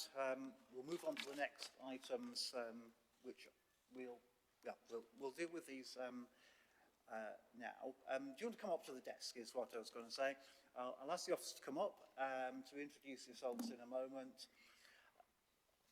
For the committee, items 11, 12 and 13 are linked, and we had some discussion about how to present those, whether together or separately.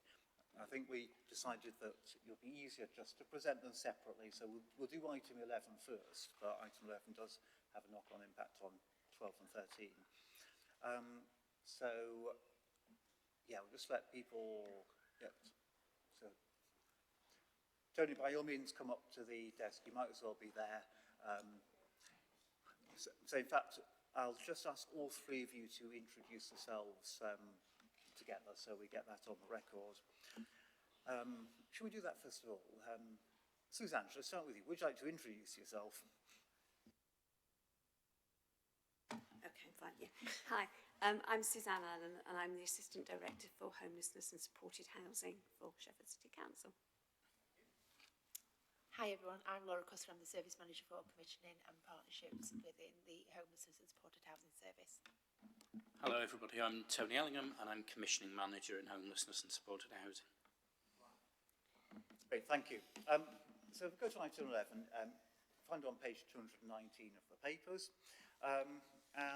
Yeah, homelessness prevention. So we've got a new national strategy on that and some money that comes with it. Suzanne or Laura, do you want to take us through the top lines of the report? Again, we assume that we've read it there. And yeah, take us through the top lines. Thank you, Chair. So the report provides an overview of the new Government National Homelessness Strategy and sets out what this means for local authorities and the actions that are required. It also sets out the allocation and also proposed external distribution of the new 3-year grant, the Homelessness, Rough Sleeping and Domestic Abuse Grant. This is provided by MHCLG to prevent homelessness and support the council in meeting its statutory duties. The national strategy places a strong emphasis on prevention, partnership working and improved accountability, alongside the introduction of new expectations for local authorities.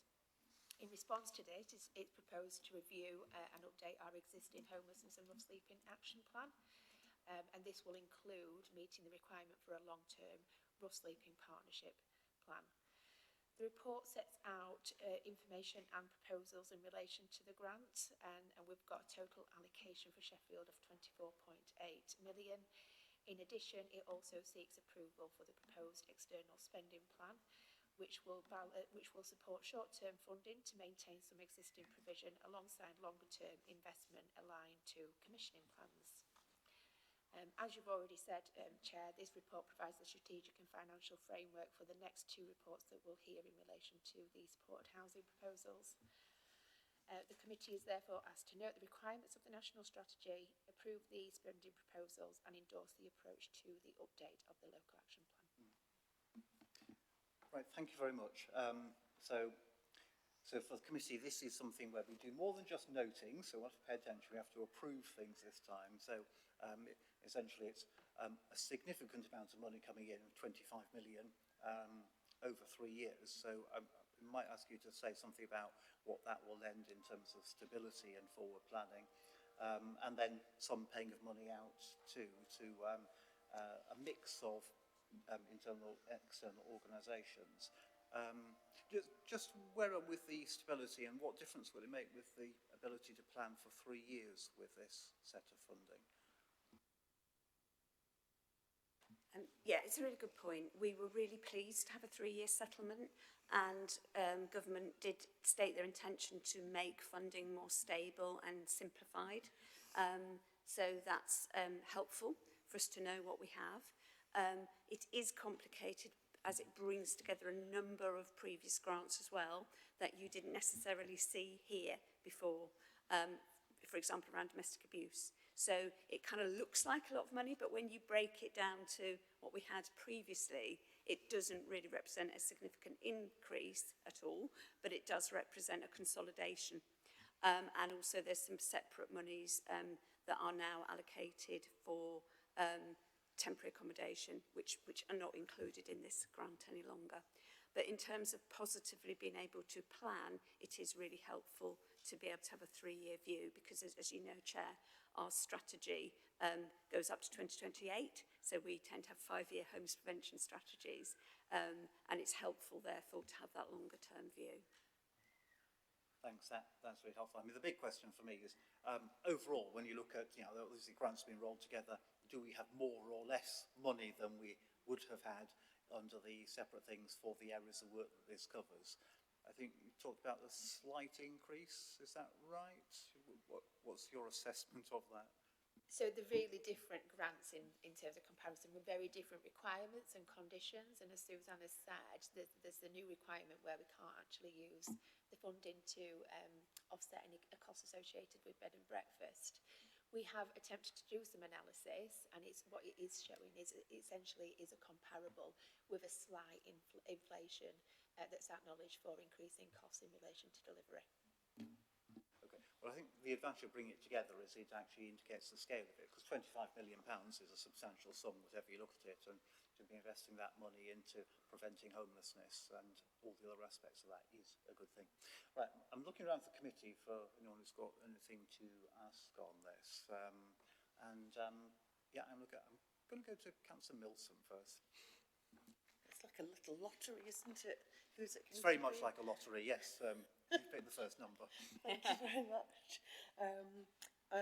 So as I'm just a substitute on this committee today, forgive me for any ignorance about things, but maybe it's useful to read some of these from a position of ignorance, because you kind of spot things that are just maybe not that clear, or relate to things maybe that I've experienced in my ward with casework. So I wanted to highlight, first of all,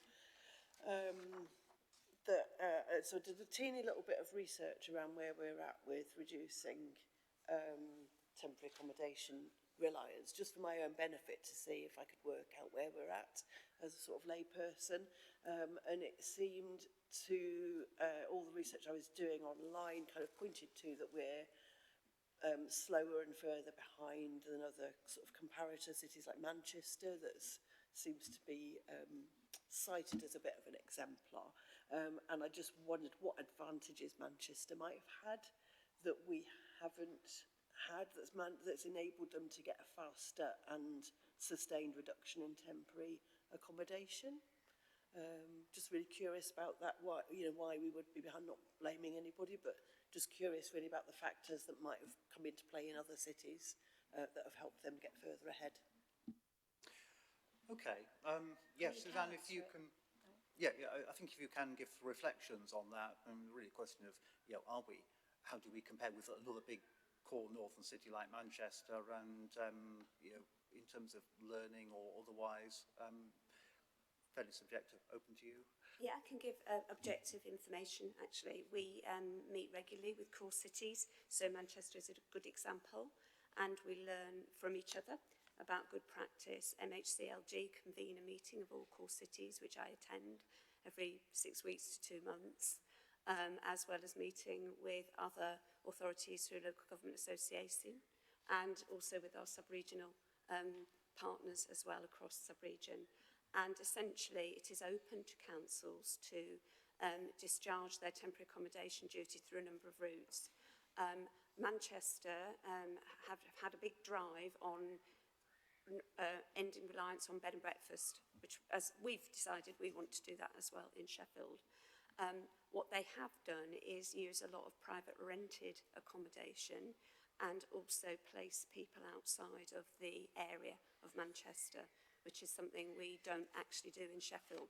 So our temporary accommodation strategy is about, and which was agreed last June, is to improve prevention. Absolutely, we must do that, but make better utilisation of our own stock. So we've put this hand in hand with our void improvement programme so that we can get people into homes that are empty in Sheffield and support people in Sheffield.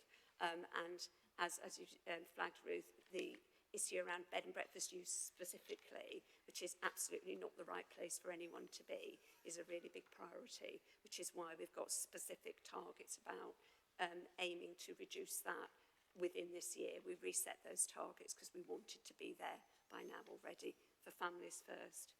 We've also received some supplementary grant from MHCLG to concentrate on reducing the numbers of families in temporary accommodation specifically, and we have put some officer and other resource into helping really concentrate on that group.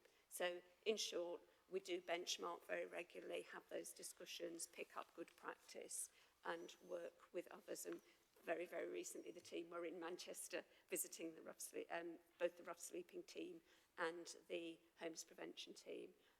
And they also, and again, we're implementing these things now, is they have a very, very active focus on casework so that all of our staff who are working incredibly well will, in our future model, have A, reasonable caseloads, which is why we're investing in more staff, and B, they will be supervised to high professional standards to deliver their job.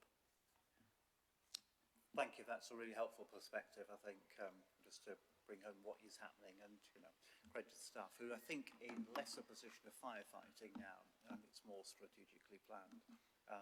But it's still a hard area to work in. Okay, great, thank you very much for that. Councillor Baker. Oh, sorry. Do you want to carry on asking them? Yeah. When you're talking about looking at things through a sort of casework lens, that's quite topical. So I wanted to talk about from the point of view of a councillor dealing with casework, which is very different from your perspective, maybe. So I think it's really good to see a determination to shift to prevention rather than crisis response mode.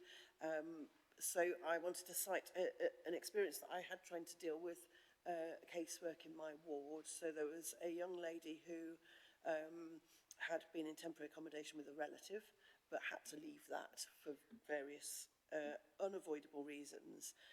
And she had flagged early on to the council that she would become homeless. And I'm just now quite bemused about what happens when somebody is in that position and they're telling you they are going to become homeless and it's unavoidable. And I'm trying to help, I'm trying to escalate. She had a link worker, social prescriber from one of the, from the local PCN also involved, trying to escalate, asking all the right questions. We went round, you know, a load of officers, and I just felt like it was brick wall after brick wall for this young lady. She then inevitably did become homeless. She was still emailing me at that point saying, now I'm street homeless, now the weather's getting colder, my mental health is deteriorating, I can't cling on to my job any longer. And so the failure to provide for that person at the point where they were about to fall into crisis then became 3 crises, because she lost her job and she suffered mental health problems and other health problems, presumably. So, and that is by no means a unique story, okay? Some people don't know they're going to become homeless. Other people do know it's going to happen to them. How do we get to that point where we can support people at that point, not when they're already in multiple crises and it's affecting health? And, you know, that's a budgetary thing as well. You know, I sit on the Adult Health and Social Care Committee. We look at this from the other end of things. You know, someone losing their job. How do we get to that point of prevention? Yeah, I think that is exactly the sort of description of what happens. We know it happens. That is exactly why we shouldn't be complacent about the progress that has been made, because, you know, these are people in crisis situations. I wonder if it would be helpful if you could just walk through how the process is meant to work, so that we know what the standards are, and so that, you know, elected councillors can help people with casework and know what the expectation is. Would that be okay? So clearly I'm very concerned here about individual circumstances where we may have failed to deliver on our prevention duties and approach, and I would invite any councillors to contact me directly if you have a case that you are concerned about, because it's not appropriate to air that here, but absolutely, Ruth, if you want to follow that up with me, that would be welcomed. But we have a range of duties under the homelessness legislation, and first and foremost is prevention. And that has equal weight with anything else that we must do. The issue we've had is being able to have the resource to focus on prevention in a national crisis, really, around homelessness and cost of living and all the things that are making it very difficult and challenging. But what we have undertaken to do as a council is invest in prevention, which is why our restructured service has more staff who are able to do the prevention work that you describes, Councillor Milson, that is required, and also do that in collaboration more effectively with other partners. You mentioned CARE, which is one of our key partners, and they are involved in overseeing our improvement, because it's not good enough if I just redesign what I do within the homeless service. Aligned with that, we have a range of partner providers, and some of our further reports today talk about those that are really expert in working with people who've got multiple need. Because some people it's quite straightforward, you can give them a little bit of assistance and move them on.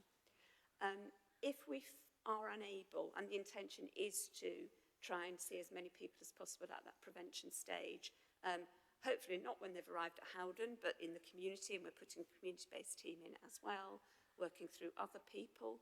There is a duty to refer to many public bodies, which is changing to a duty to collaborate under government plans, which will spot people, just as you've described, and work with them about their plan to prevent homelessness. But if it cannot be prevented, we may have what's called a relief duty, which means they're already homeless or they fall into homelessness. We will continue to work with them to say, can we find you something else that is suitable for you? And for some of those people, it's about a third of the people who present to us, they are owed a temporary accommodation duty, so that it's not everybody that asks us for support and has that right to make an application. If during that period, which is another 56 days after the initial 56 prevention days, we've been unable for them or us to help them secure further accommodation, we will decide whether we owe them a main housing duty. And again, it's only those people that are eligible in priority need and who are indeed homeless who are owed that rehousing duty. But we give advice to everybody on what their housing options are. So that is a statutory requirement. We must advise everyone. We have housing duties to some. It is incredibly difficult for our residents who are experiencing homelessness. So alongside the process, we are working really hard on our ways of working. So not to take all the time now, but one of the things we're really keen on doing is embedding trauma-informed practice, reflective practice, so that our staff are more and more skilled at how they work with people with the empathy that is required. And that goes both with our homeless legislation and our allocations policy implementation. Thank you for that. It helps me know what the process is and all the many different facets of that. Thanks, Councillor Nelson. Shall we go to Councillor Baker now? Thank you, Chair. Hi, Suzanne. A lot of things have changed recently in this department, and I know you've given your staff an awful lot of staff training. And one of my questions is it taking any of the stress away? Because the staff were extremely stressed at the time, and we were all very concerned that the service was going to struggle because of that, and we were losing members. So that's my first question. Comments about working in a wider partnership. Those of us who worked in this area for a long time are quite aware of the huge numbers of partners we work with, but others won't be. Is there any chance that we could give members who are new to the committee perhaps a list of the people we work with and an idea of how we work with them and how it impacts on us? The other thing is domestic abuse is new to this bit, if you like. Got a number of concerns about whether that's panning out. We used to work with a number of charities there as well, and I'm not sure if we still do. We do. I thought we might, because we've got some fabulous people in the city. And the people who need support at difficult times, it's quite a varied group of people who do, mainly women, but not totally women. And I know Councillor Atkinson's had a very difficult one to deal with recently. From the sort of lady you would have expected to need to come to us, but did. So how do we pick this up? How do we deal with it now it's moved on? Staff training and partners. Thank you, Chair. Thanks. Do you want to give your views on some of those points first of all, and then we can possibly think about circulating some information on the partner agencies? Yeah, Suzanne or Laura, do you want to comment? I can start. Thank you, Penny, for your questions. Obviously, I can't speak for staff. I can only describe the mitigations that we have put in place to recognise the difficulties they've experienced over many years with pressures in homelessness services. So in implementing the new structure, we have put in place more casework capacity so that people can have reasonable caseloads, essentially, as we recruit into vacancies. We've also got a learning development programme where we're identifying these are the things that absolutely everyone must have in the various roles, but now we're able to start, now we're just about to implement the structure and people know their job, we're able to undertake individual skills audits and assessments with them so that we can understand their strengths but also their development requirements and build that into a programme. And we're discussing with our corporate learning and development, are there themes, are there issues, gaps that we need to address for homelessness staff specifically and support workers specifically that we could put into place. We do provide also a higher ratio now of frontline management, so the supervising lead, so they are able to concentrate more on supporting their individual staff. And we've established a network across all of the teams so they can collaborate more effectively together. I've been open that that's been one of the themes from our staff, is how difficult it can be to work in the services, but also joining them up with other avenues for having a better place to work, which I would put under the umbrella of our Future Sheffield programme, which is very much about how we can enable everyone in the council to work more effectively, both on an individual team and council-wide level. So there are other programmes as well as what I am doing. And of course, we're in the housing transformation programme as well, whereas a housing service and neighbourhoods, we're working more effectively together. In terms of a list of partners, absolutely, we can provide that information. Very much so, we are still working with people who are responsible around domestic abuse and have that expertise, both in terms of commissioned and other services. And Laura knows a lot about this. We also sit on a strategic board that oversees that activity.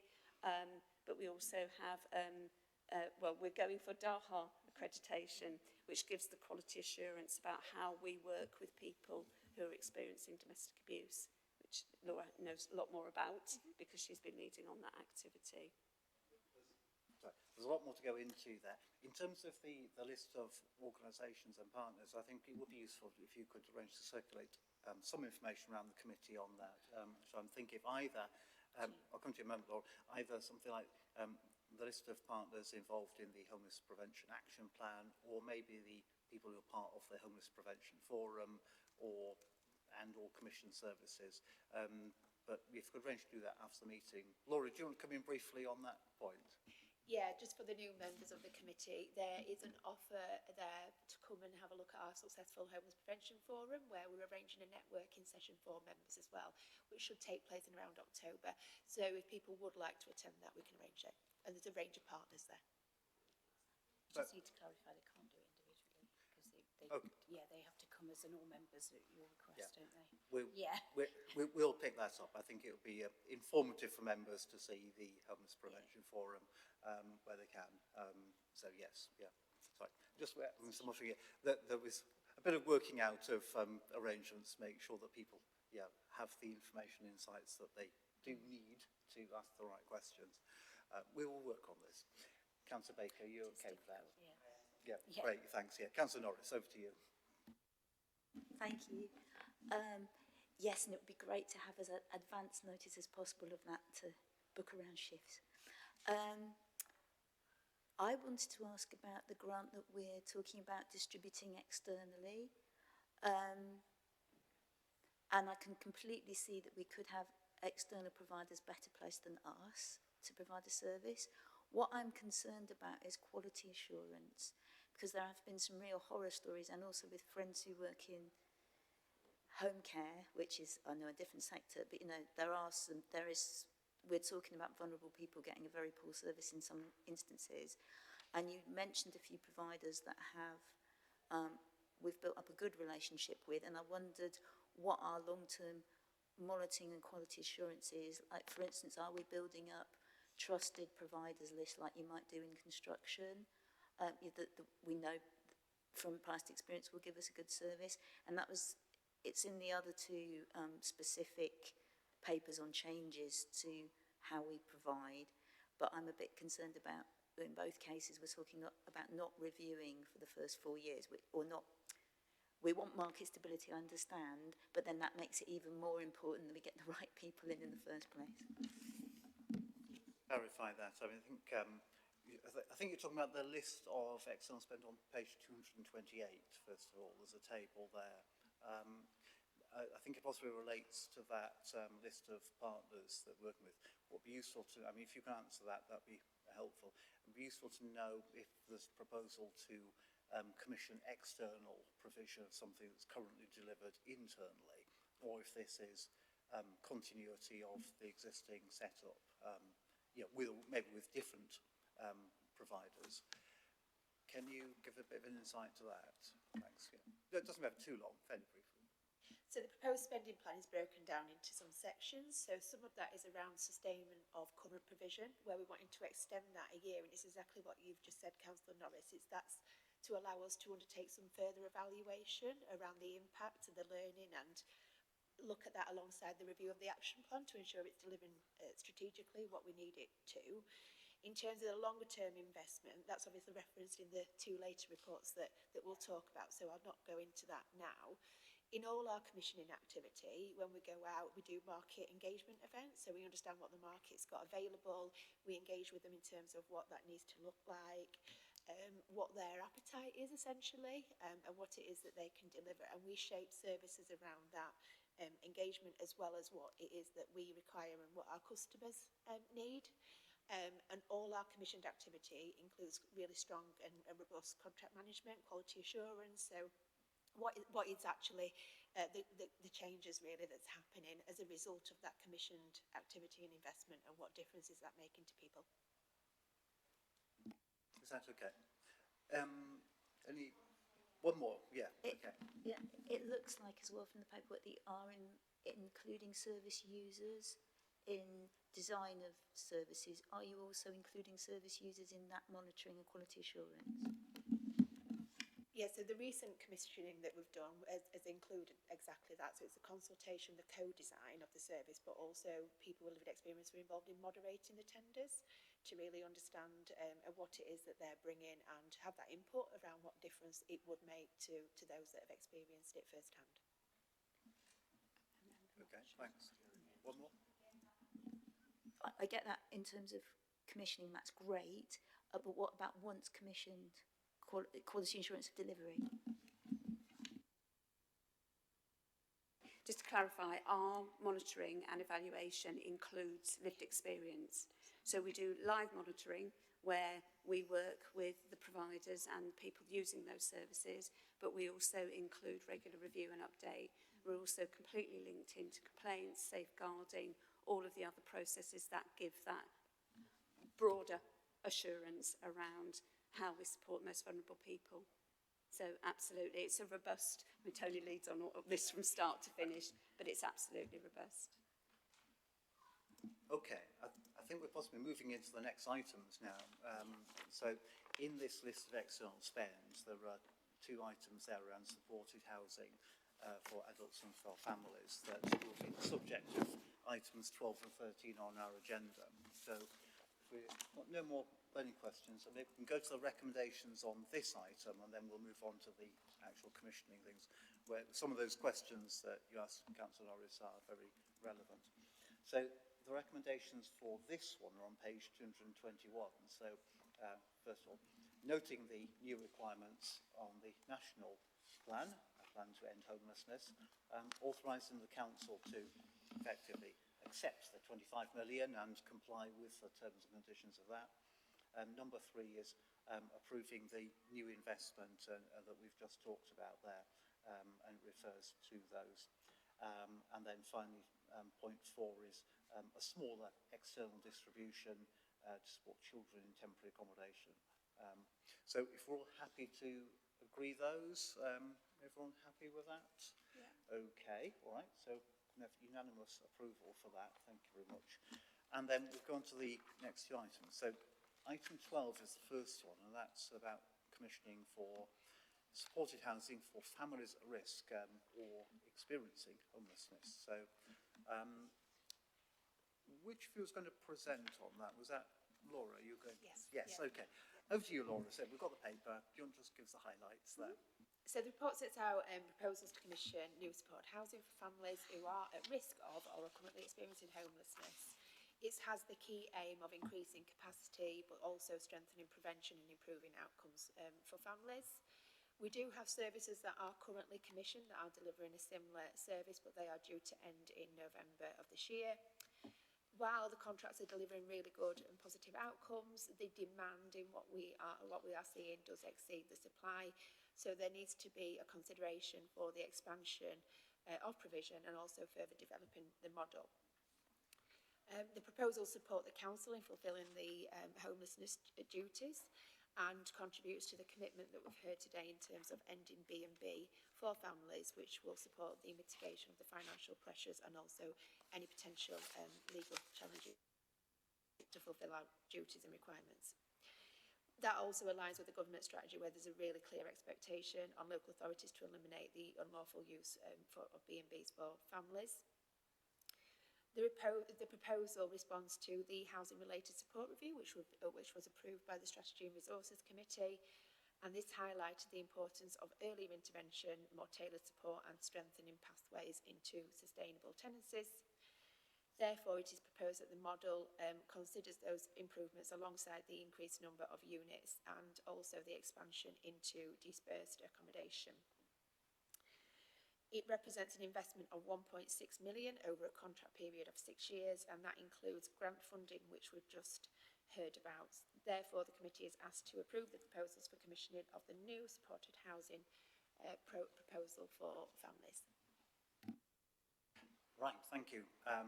And just want to see if people got questions. So I think it's fair to say the two schemes that are in place at the moment are the ones listed on page 257. So Cuthbert Bank, which is in Walkley, and Windmill Lane up in Shire Green, isn't it? So both good quality accommodation, self-contained homes for, as you indicate, mostly women with kids. So questions from the committee? The only question I've got from me on this one is what's expected to happen with those, the physical places there? You've got houses and flats in those locations. What are we anticipating will happen to those places? Obviously appreciate they're not owned by us.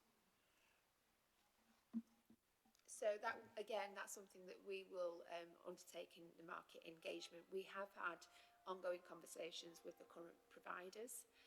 So while obviously we can't look at any procurement processes down to that, we understand what their appetite is, which is really helpful, and we'll work with them to develop any future strategic use of the buildings should they not be put forward in the tender. Okay, thanks. That's great. Any other questions from anyone else? This is very much going to be an ongoing piece of work. Okay, in that case, let's go to the recommendation, which is essentially approving this. It's set out at page 255. So approving the commissioning of a service to support families with housing support needs. And so it's providing a minimum of 70 units on the contract for 6 years with a break clause and the proposed value as said. People are happy to agree that? Seeing nods to that? Okay, so thanks for starting off that piece of work, and we'll hear more over the course of the year. And then move on to the similar item 13. So this is the one for single people as opposed to families. Again, Laura, you're going to just take us through that. It's a similar sort of thing, isn't it?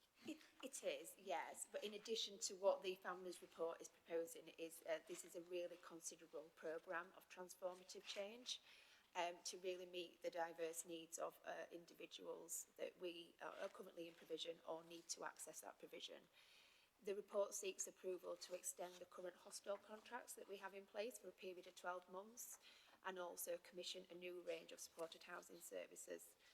The proposals are designed to manage a transition period from the existing model to a much more effective prevention-focused system that delivers sustainable outcomes. Again, the proposals support the council in fulfilling the statutory homelessness duties as well as working towards the commitments to end B&B use for single people and reduce the financial pressures associated with emergency accommodation. It also aligns again with the recommendations of the Housing Related Support Review, and this really clearly set out the need to move away from large hostel-based schemes towards a much more flexible and personalised support across a range of provision. And that was really strongly articulated by a range of partners and people with lived experience, including people currently accessing the hostel provision. In response to this, the proposed model introduced more tailored support and really focuses on supporting transition from supported housing to reduce repeated homelessness. It will be delivered on a phased basis with a total investment of 11.2 million, which also includes the grant that we've heard about earlier today. Great, thank you. So again, it specifies in here which of the two services currently, well, actually 4 services currently providing some of the accommodation. Yeah, page 283, they are listed there. I was just checking that. Question from the committee. Councillor Norris, yes, you indicate. Yeah, and then Councillor Milsom after. Councillor Norris. I really welcome the move away from large hostels. One of them is in Woodhouse, my ward, and the comments on page 284, I'm not surprised by the statistics there. They certainly chime with anecdotal evidence, both from residents of my ward and from some of the hostel users that have approached us. However, we've had a very mixed experience of dispersal as well. Dispersed provision with some very successful support and some failed placements that cause significant problems for obviously both the person concerned and neighbours in the short to medium term. How will monitoring arrangements for the as you're moving to this more dispersed model make sure that the support providers are giving is proportionate and effective, and how we're planning to support clear communication for early identification of issues? So in relation to the hostel provision, what you will see that's set out in the proposal is we're still retaining a small amount of scheme-based provision, and that's because we understand that actually that's helpful for some individuals. But you're right that we are moving to a more dispersed model because that's something that came out really strongly from the review and the evidence that's led there. When we are identifying suitable placements in neighbourhoods and communities, we want to understand what that specific requirements of the communities are, so we do that engagement. We're also really considerate in not saturating large amounts of stock in one area for the reasons that you've explained. What the proposal also sits alongside is that wider system improvement. So it is about improved support, increased support around transition from supported housing, and what you'll see is a range of different support hours that are added in to meet a diverse range of needs. And it's much more flexible, where people will be able to step in and out of support, where currently it's quite a prescriptive placement duration, and that may encourage people to be leaving supported housing before they're quite ready to do so. So there's a range of activities that also are in our action plan that helps address some of this and mitigate any challenges that we might experience in communities, and ultimately ensure that people sustain their tenancies longer term, because that's just not what's happening now in the majority of cases. One little follow-up to that, it's just occurred to me that where things have already started to strengthen, even in my ward, even in the current system, is having representatives from people we've contracted out placement services to at our community action group, so that we get regular communication with officers from there, and that really helps on the intelligence network in terms of identifying problems as they start to develop. Thank you. And what we have done in the previous commissions, and what we'll be really building strongly in these specifications, is around the community links and integration and connection with some of those grassroots organisations that are in there, but also ultimately this is about supporting people to develop networks, isn't it, and help in their recovery. Okay, thank you. I suppose the only question for me is just how this model of support works in more dispersed accommodation, because the point about hostel provision is that you've got people on site often 24 hours a day, and some people need that, but how does that work in more dispersed accommodation?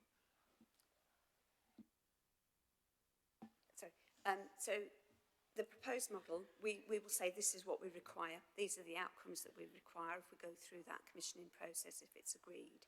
And that will include the support to customers when it's available, how it's accessed, it's trauma-informed, it's person-centred, it's tailored to the individuals, it meets the needs of a range of different people. Now, clearly, some of that, where you've identified and we agree, some people need more support available immediately. Some of that can be provided remotely by using technologies as well, where they may call on, you can have call and cluster type arrangements where people can readily access support. Some of it may not be through housing services, dependent on what someone needs. But that is why we will be retaining some scheme type provision, because it is easier and more effective to manage and provide that support on a scheme basis. So it isn't about everyone being in individual properties all over the city at all. And that will be clear in the specifications that we put out of what we require for. There's quite a lot of different schemes within there that will make up the whole package of what's available, as well as the in-house support that we provide to our own tenants. And actually, what sort of level of scheme-based, what numbers are we looking for sort of scheme-based? In the recommendation, it refers to combining scheme-based and dispersed provision, but have we got an idea where the balance is going to lie? We've not been overly prescriptive with it, Chair. That's because we don't want to restrict the market's capability and availability. So that, again, will be shaped by future market engagement sessions. We need to understand what the viable options are. We know there is scheme-based provision that is available, but in terms of specific units, that needs to be established. So I'm just wondering if we end up with providers offering more of the dispersed accommodation, which is good in so many ways, whether we'd end up with a shortfall of scheme-based accommodation for people who actually need a lot more close supervision over the course of the day. Just bear in mind, precisely what I said, it's always really good to hear the phrase trauma-informed in this, because we do have to accommodate some people who've had pretty chaotic lives and will behave pretty chaotically in their own lives, and others. Is that a risk that's been factored in? That's my question. Chair, I think obviously we understand that it is important to retain some site-based, and that particularly for people who have got quite complex needs, that's important. But I think it's worth mentioning that some of the detailed review work that we've done of some of the existing provision that's dispersed and that offers quite intensive and flexible support is producing very, very good outcomes for people. So, for example, that there are people in that provision who we know, because of the detailed reviews that have been done, have been in and out of traditional models of service in the past and are sustaining their independent living in the current provision. So that's not to say that we move away from scheme-based altogether, but I think it's important to say that from the work that we've done in Sheffield, we can see that some people who perhaps on the face of it might have thought they'd really struggle in dispersed have done extremely well and achieved good outcomes. Sorry, go on, Suzanne. Just reiterate, this is about what we are commissioning through this programme. There is a range of other housing provided by us, registered providers in the private sector and so forth, which also meets needs, and it's about how all of that works together. So it isn't just about what we commission through this programme, but as part of our procurement programme, we will set out what we require. We will then evaluate anyone that tenders and see what that range of provision provides to us, and we will be able to adjust. If we haven't got what we require, we'll be able to review that and look again at it. And we also do follow-up work with anyone who does submit a tender to clarify what the model is that they're proposing. Obviously, it won't affect our decision-making, but we do work very closely with partners, and they tell us what's required as well, and bring their expertise not only from Sheffield, but nationally, regionally, to say, this is what's working elsewhere. Do you want to have a look at this model? So it isn't as straightforward as just saying we want that number and we want that replicated there. But it's difficult. I mean, the other thing we haven't really talked about at length is that there is unmet need, particularly from women and people with more complex requirements, which we absolutely must address through a recommissioning programme. And they are some of the most hidden, but at most risk people that we feel we do need to do this reshaping. Right, okay. Now that is the answer I was hoping to hear about, reviewing what happens and reflecting on the wealth of knowledge that we have in the city. So that's good. Okay, if there's no other questions, we can go to the recommendation. Okay, there are.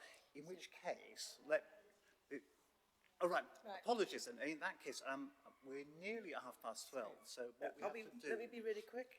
One moment, Ruth. No. What we have to do is just formally agree if we're going to have a bit more time for questions, so we have to agree to have an extra extension of the meeting for up to 30 minutes, which we don't have to use, but so we don't cut this off unduly. We've got a couple more questions and then the recommendation. This is the last item, so I think we can do that. Is everyone happy with that? It is important. Yeah. Yep. Right. It's important to be able to ask the questions, but yeah, let's do it speedily. Let's go to Councillor Milsom, who points out that she was first. Question. You had name-checked me already. Again, I'm going to bring something that from my own experience of casework that I think is quite important here. So a gentleman who had been homeless for just over 2 years was housed in a flat in my ward. Good news. But the good news kind of stopped at that point because I don't think he actually received any support into that accommodation at all. And I think it was intended to be a permanent accommodation. And it was kind of by accident that the community development worker connected with my ward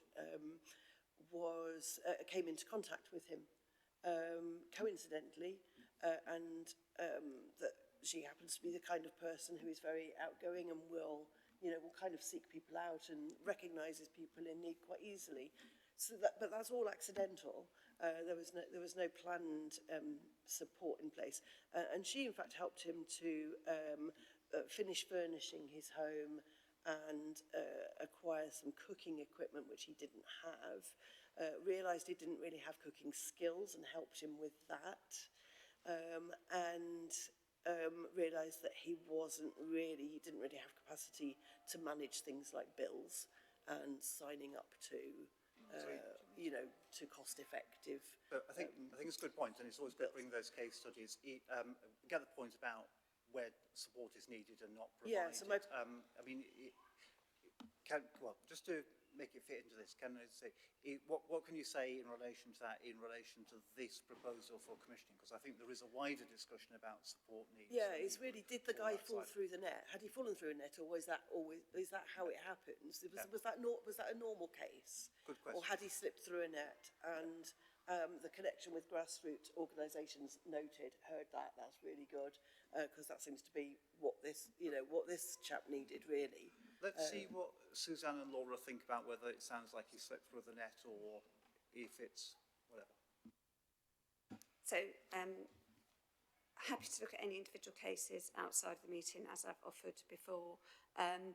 The kind of support we'd expect for people leaving accommodation if they've come through our pathway might well not fall under this set of proposals.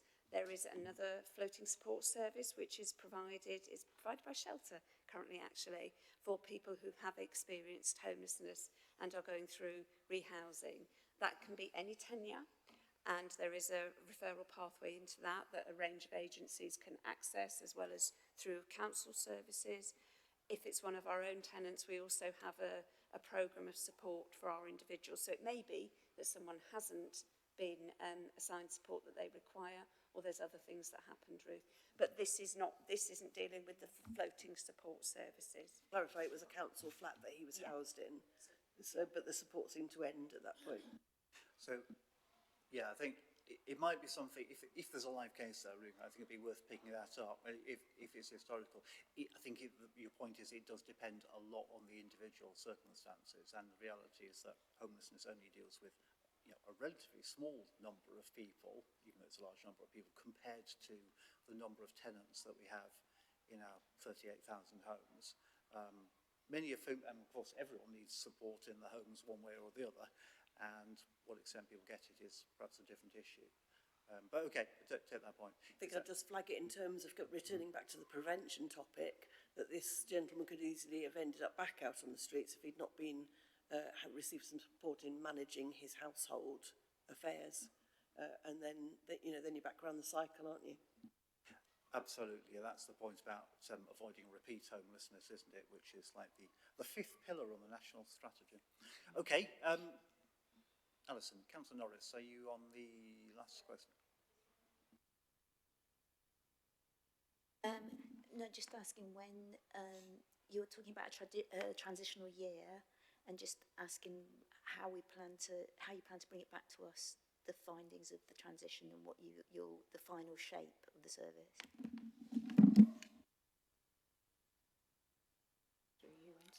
Sorry, what were you asking about? What happens next, really?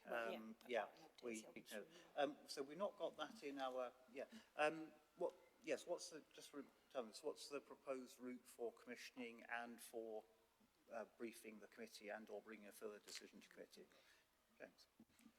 So, Chair, we will brief you and the Deputy Chair in the normal course of kind of keeping you updated on service developments. I don't see a further decision that needs to be made, therefore we wouldn't propose to bring anything back to committee. So I think the committee nominates decisions in principle to commission services, but doesn't get involved in the actual commissioning. So yeah, we'll have to work out how they arrange the briefing, and maybe we need a conversation in due course, which I think would be good. Yeah, it was only that I didn't know if there would be future decisions, because you were saying you hadn't, a whole point of this is you're still bedding, you know, you're still working out what shape things should be, to some extent.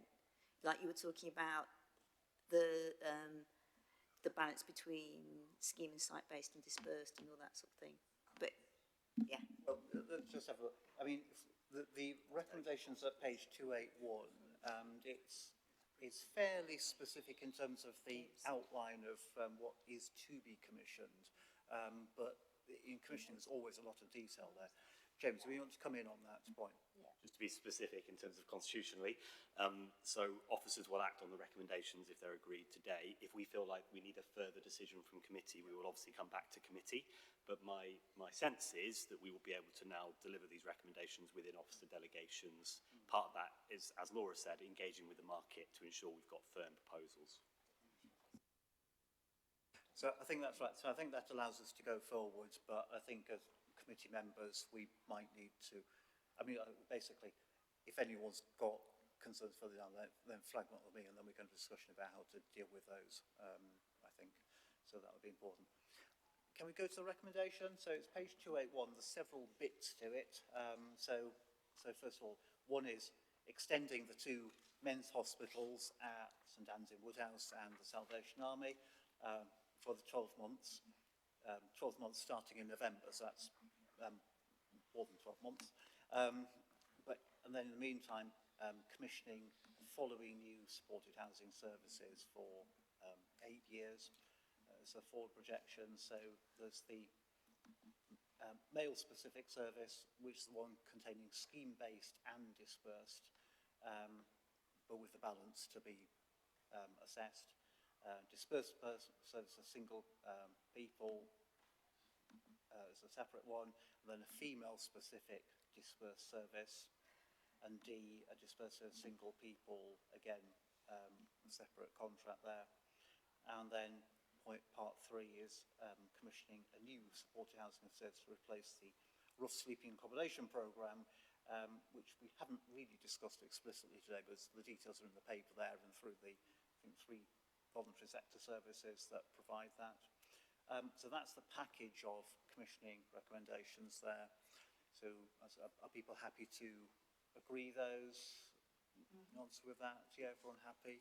I think we can take that as unanimous. So if we write that down, that is all the decisions made. So thank you everyone for committee for bearing with us. officer for putting up with us, for answering all the questions. Yeah, thanks for asking those questions, because we do need to probe that and show that we're doing that. We've got through those decisions there. And we don't have a meeting for 3 months of this committee, unless anything urgent comes up, but we'll deal with that if it happens. So thanks for everyone today, and we can close the meeting.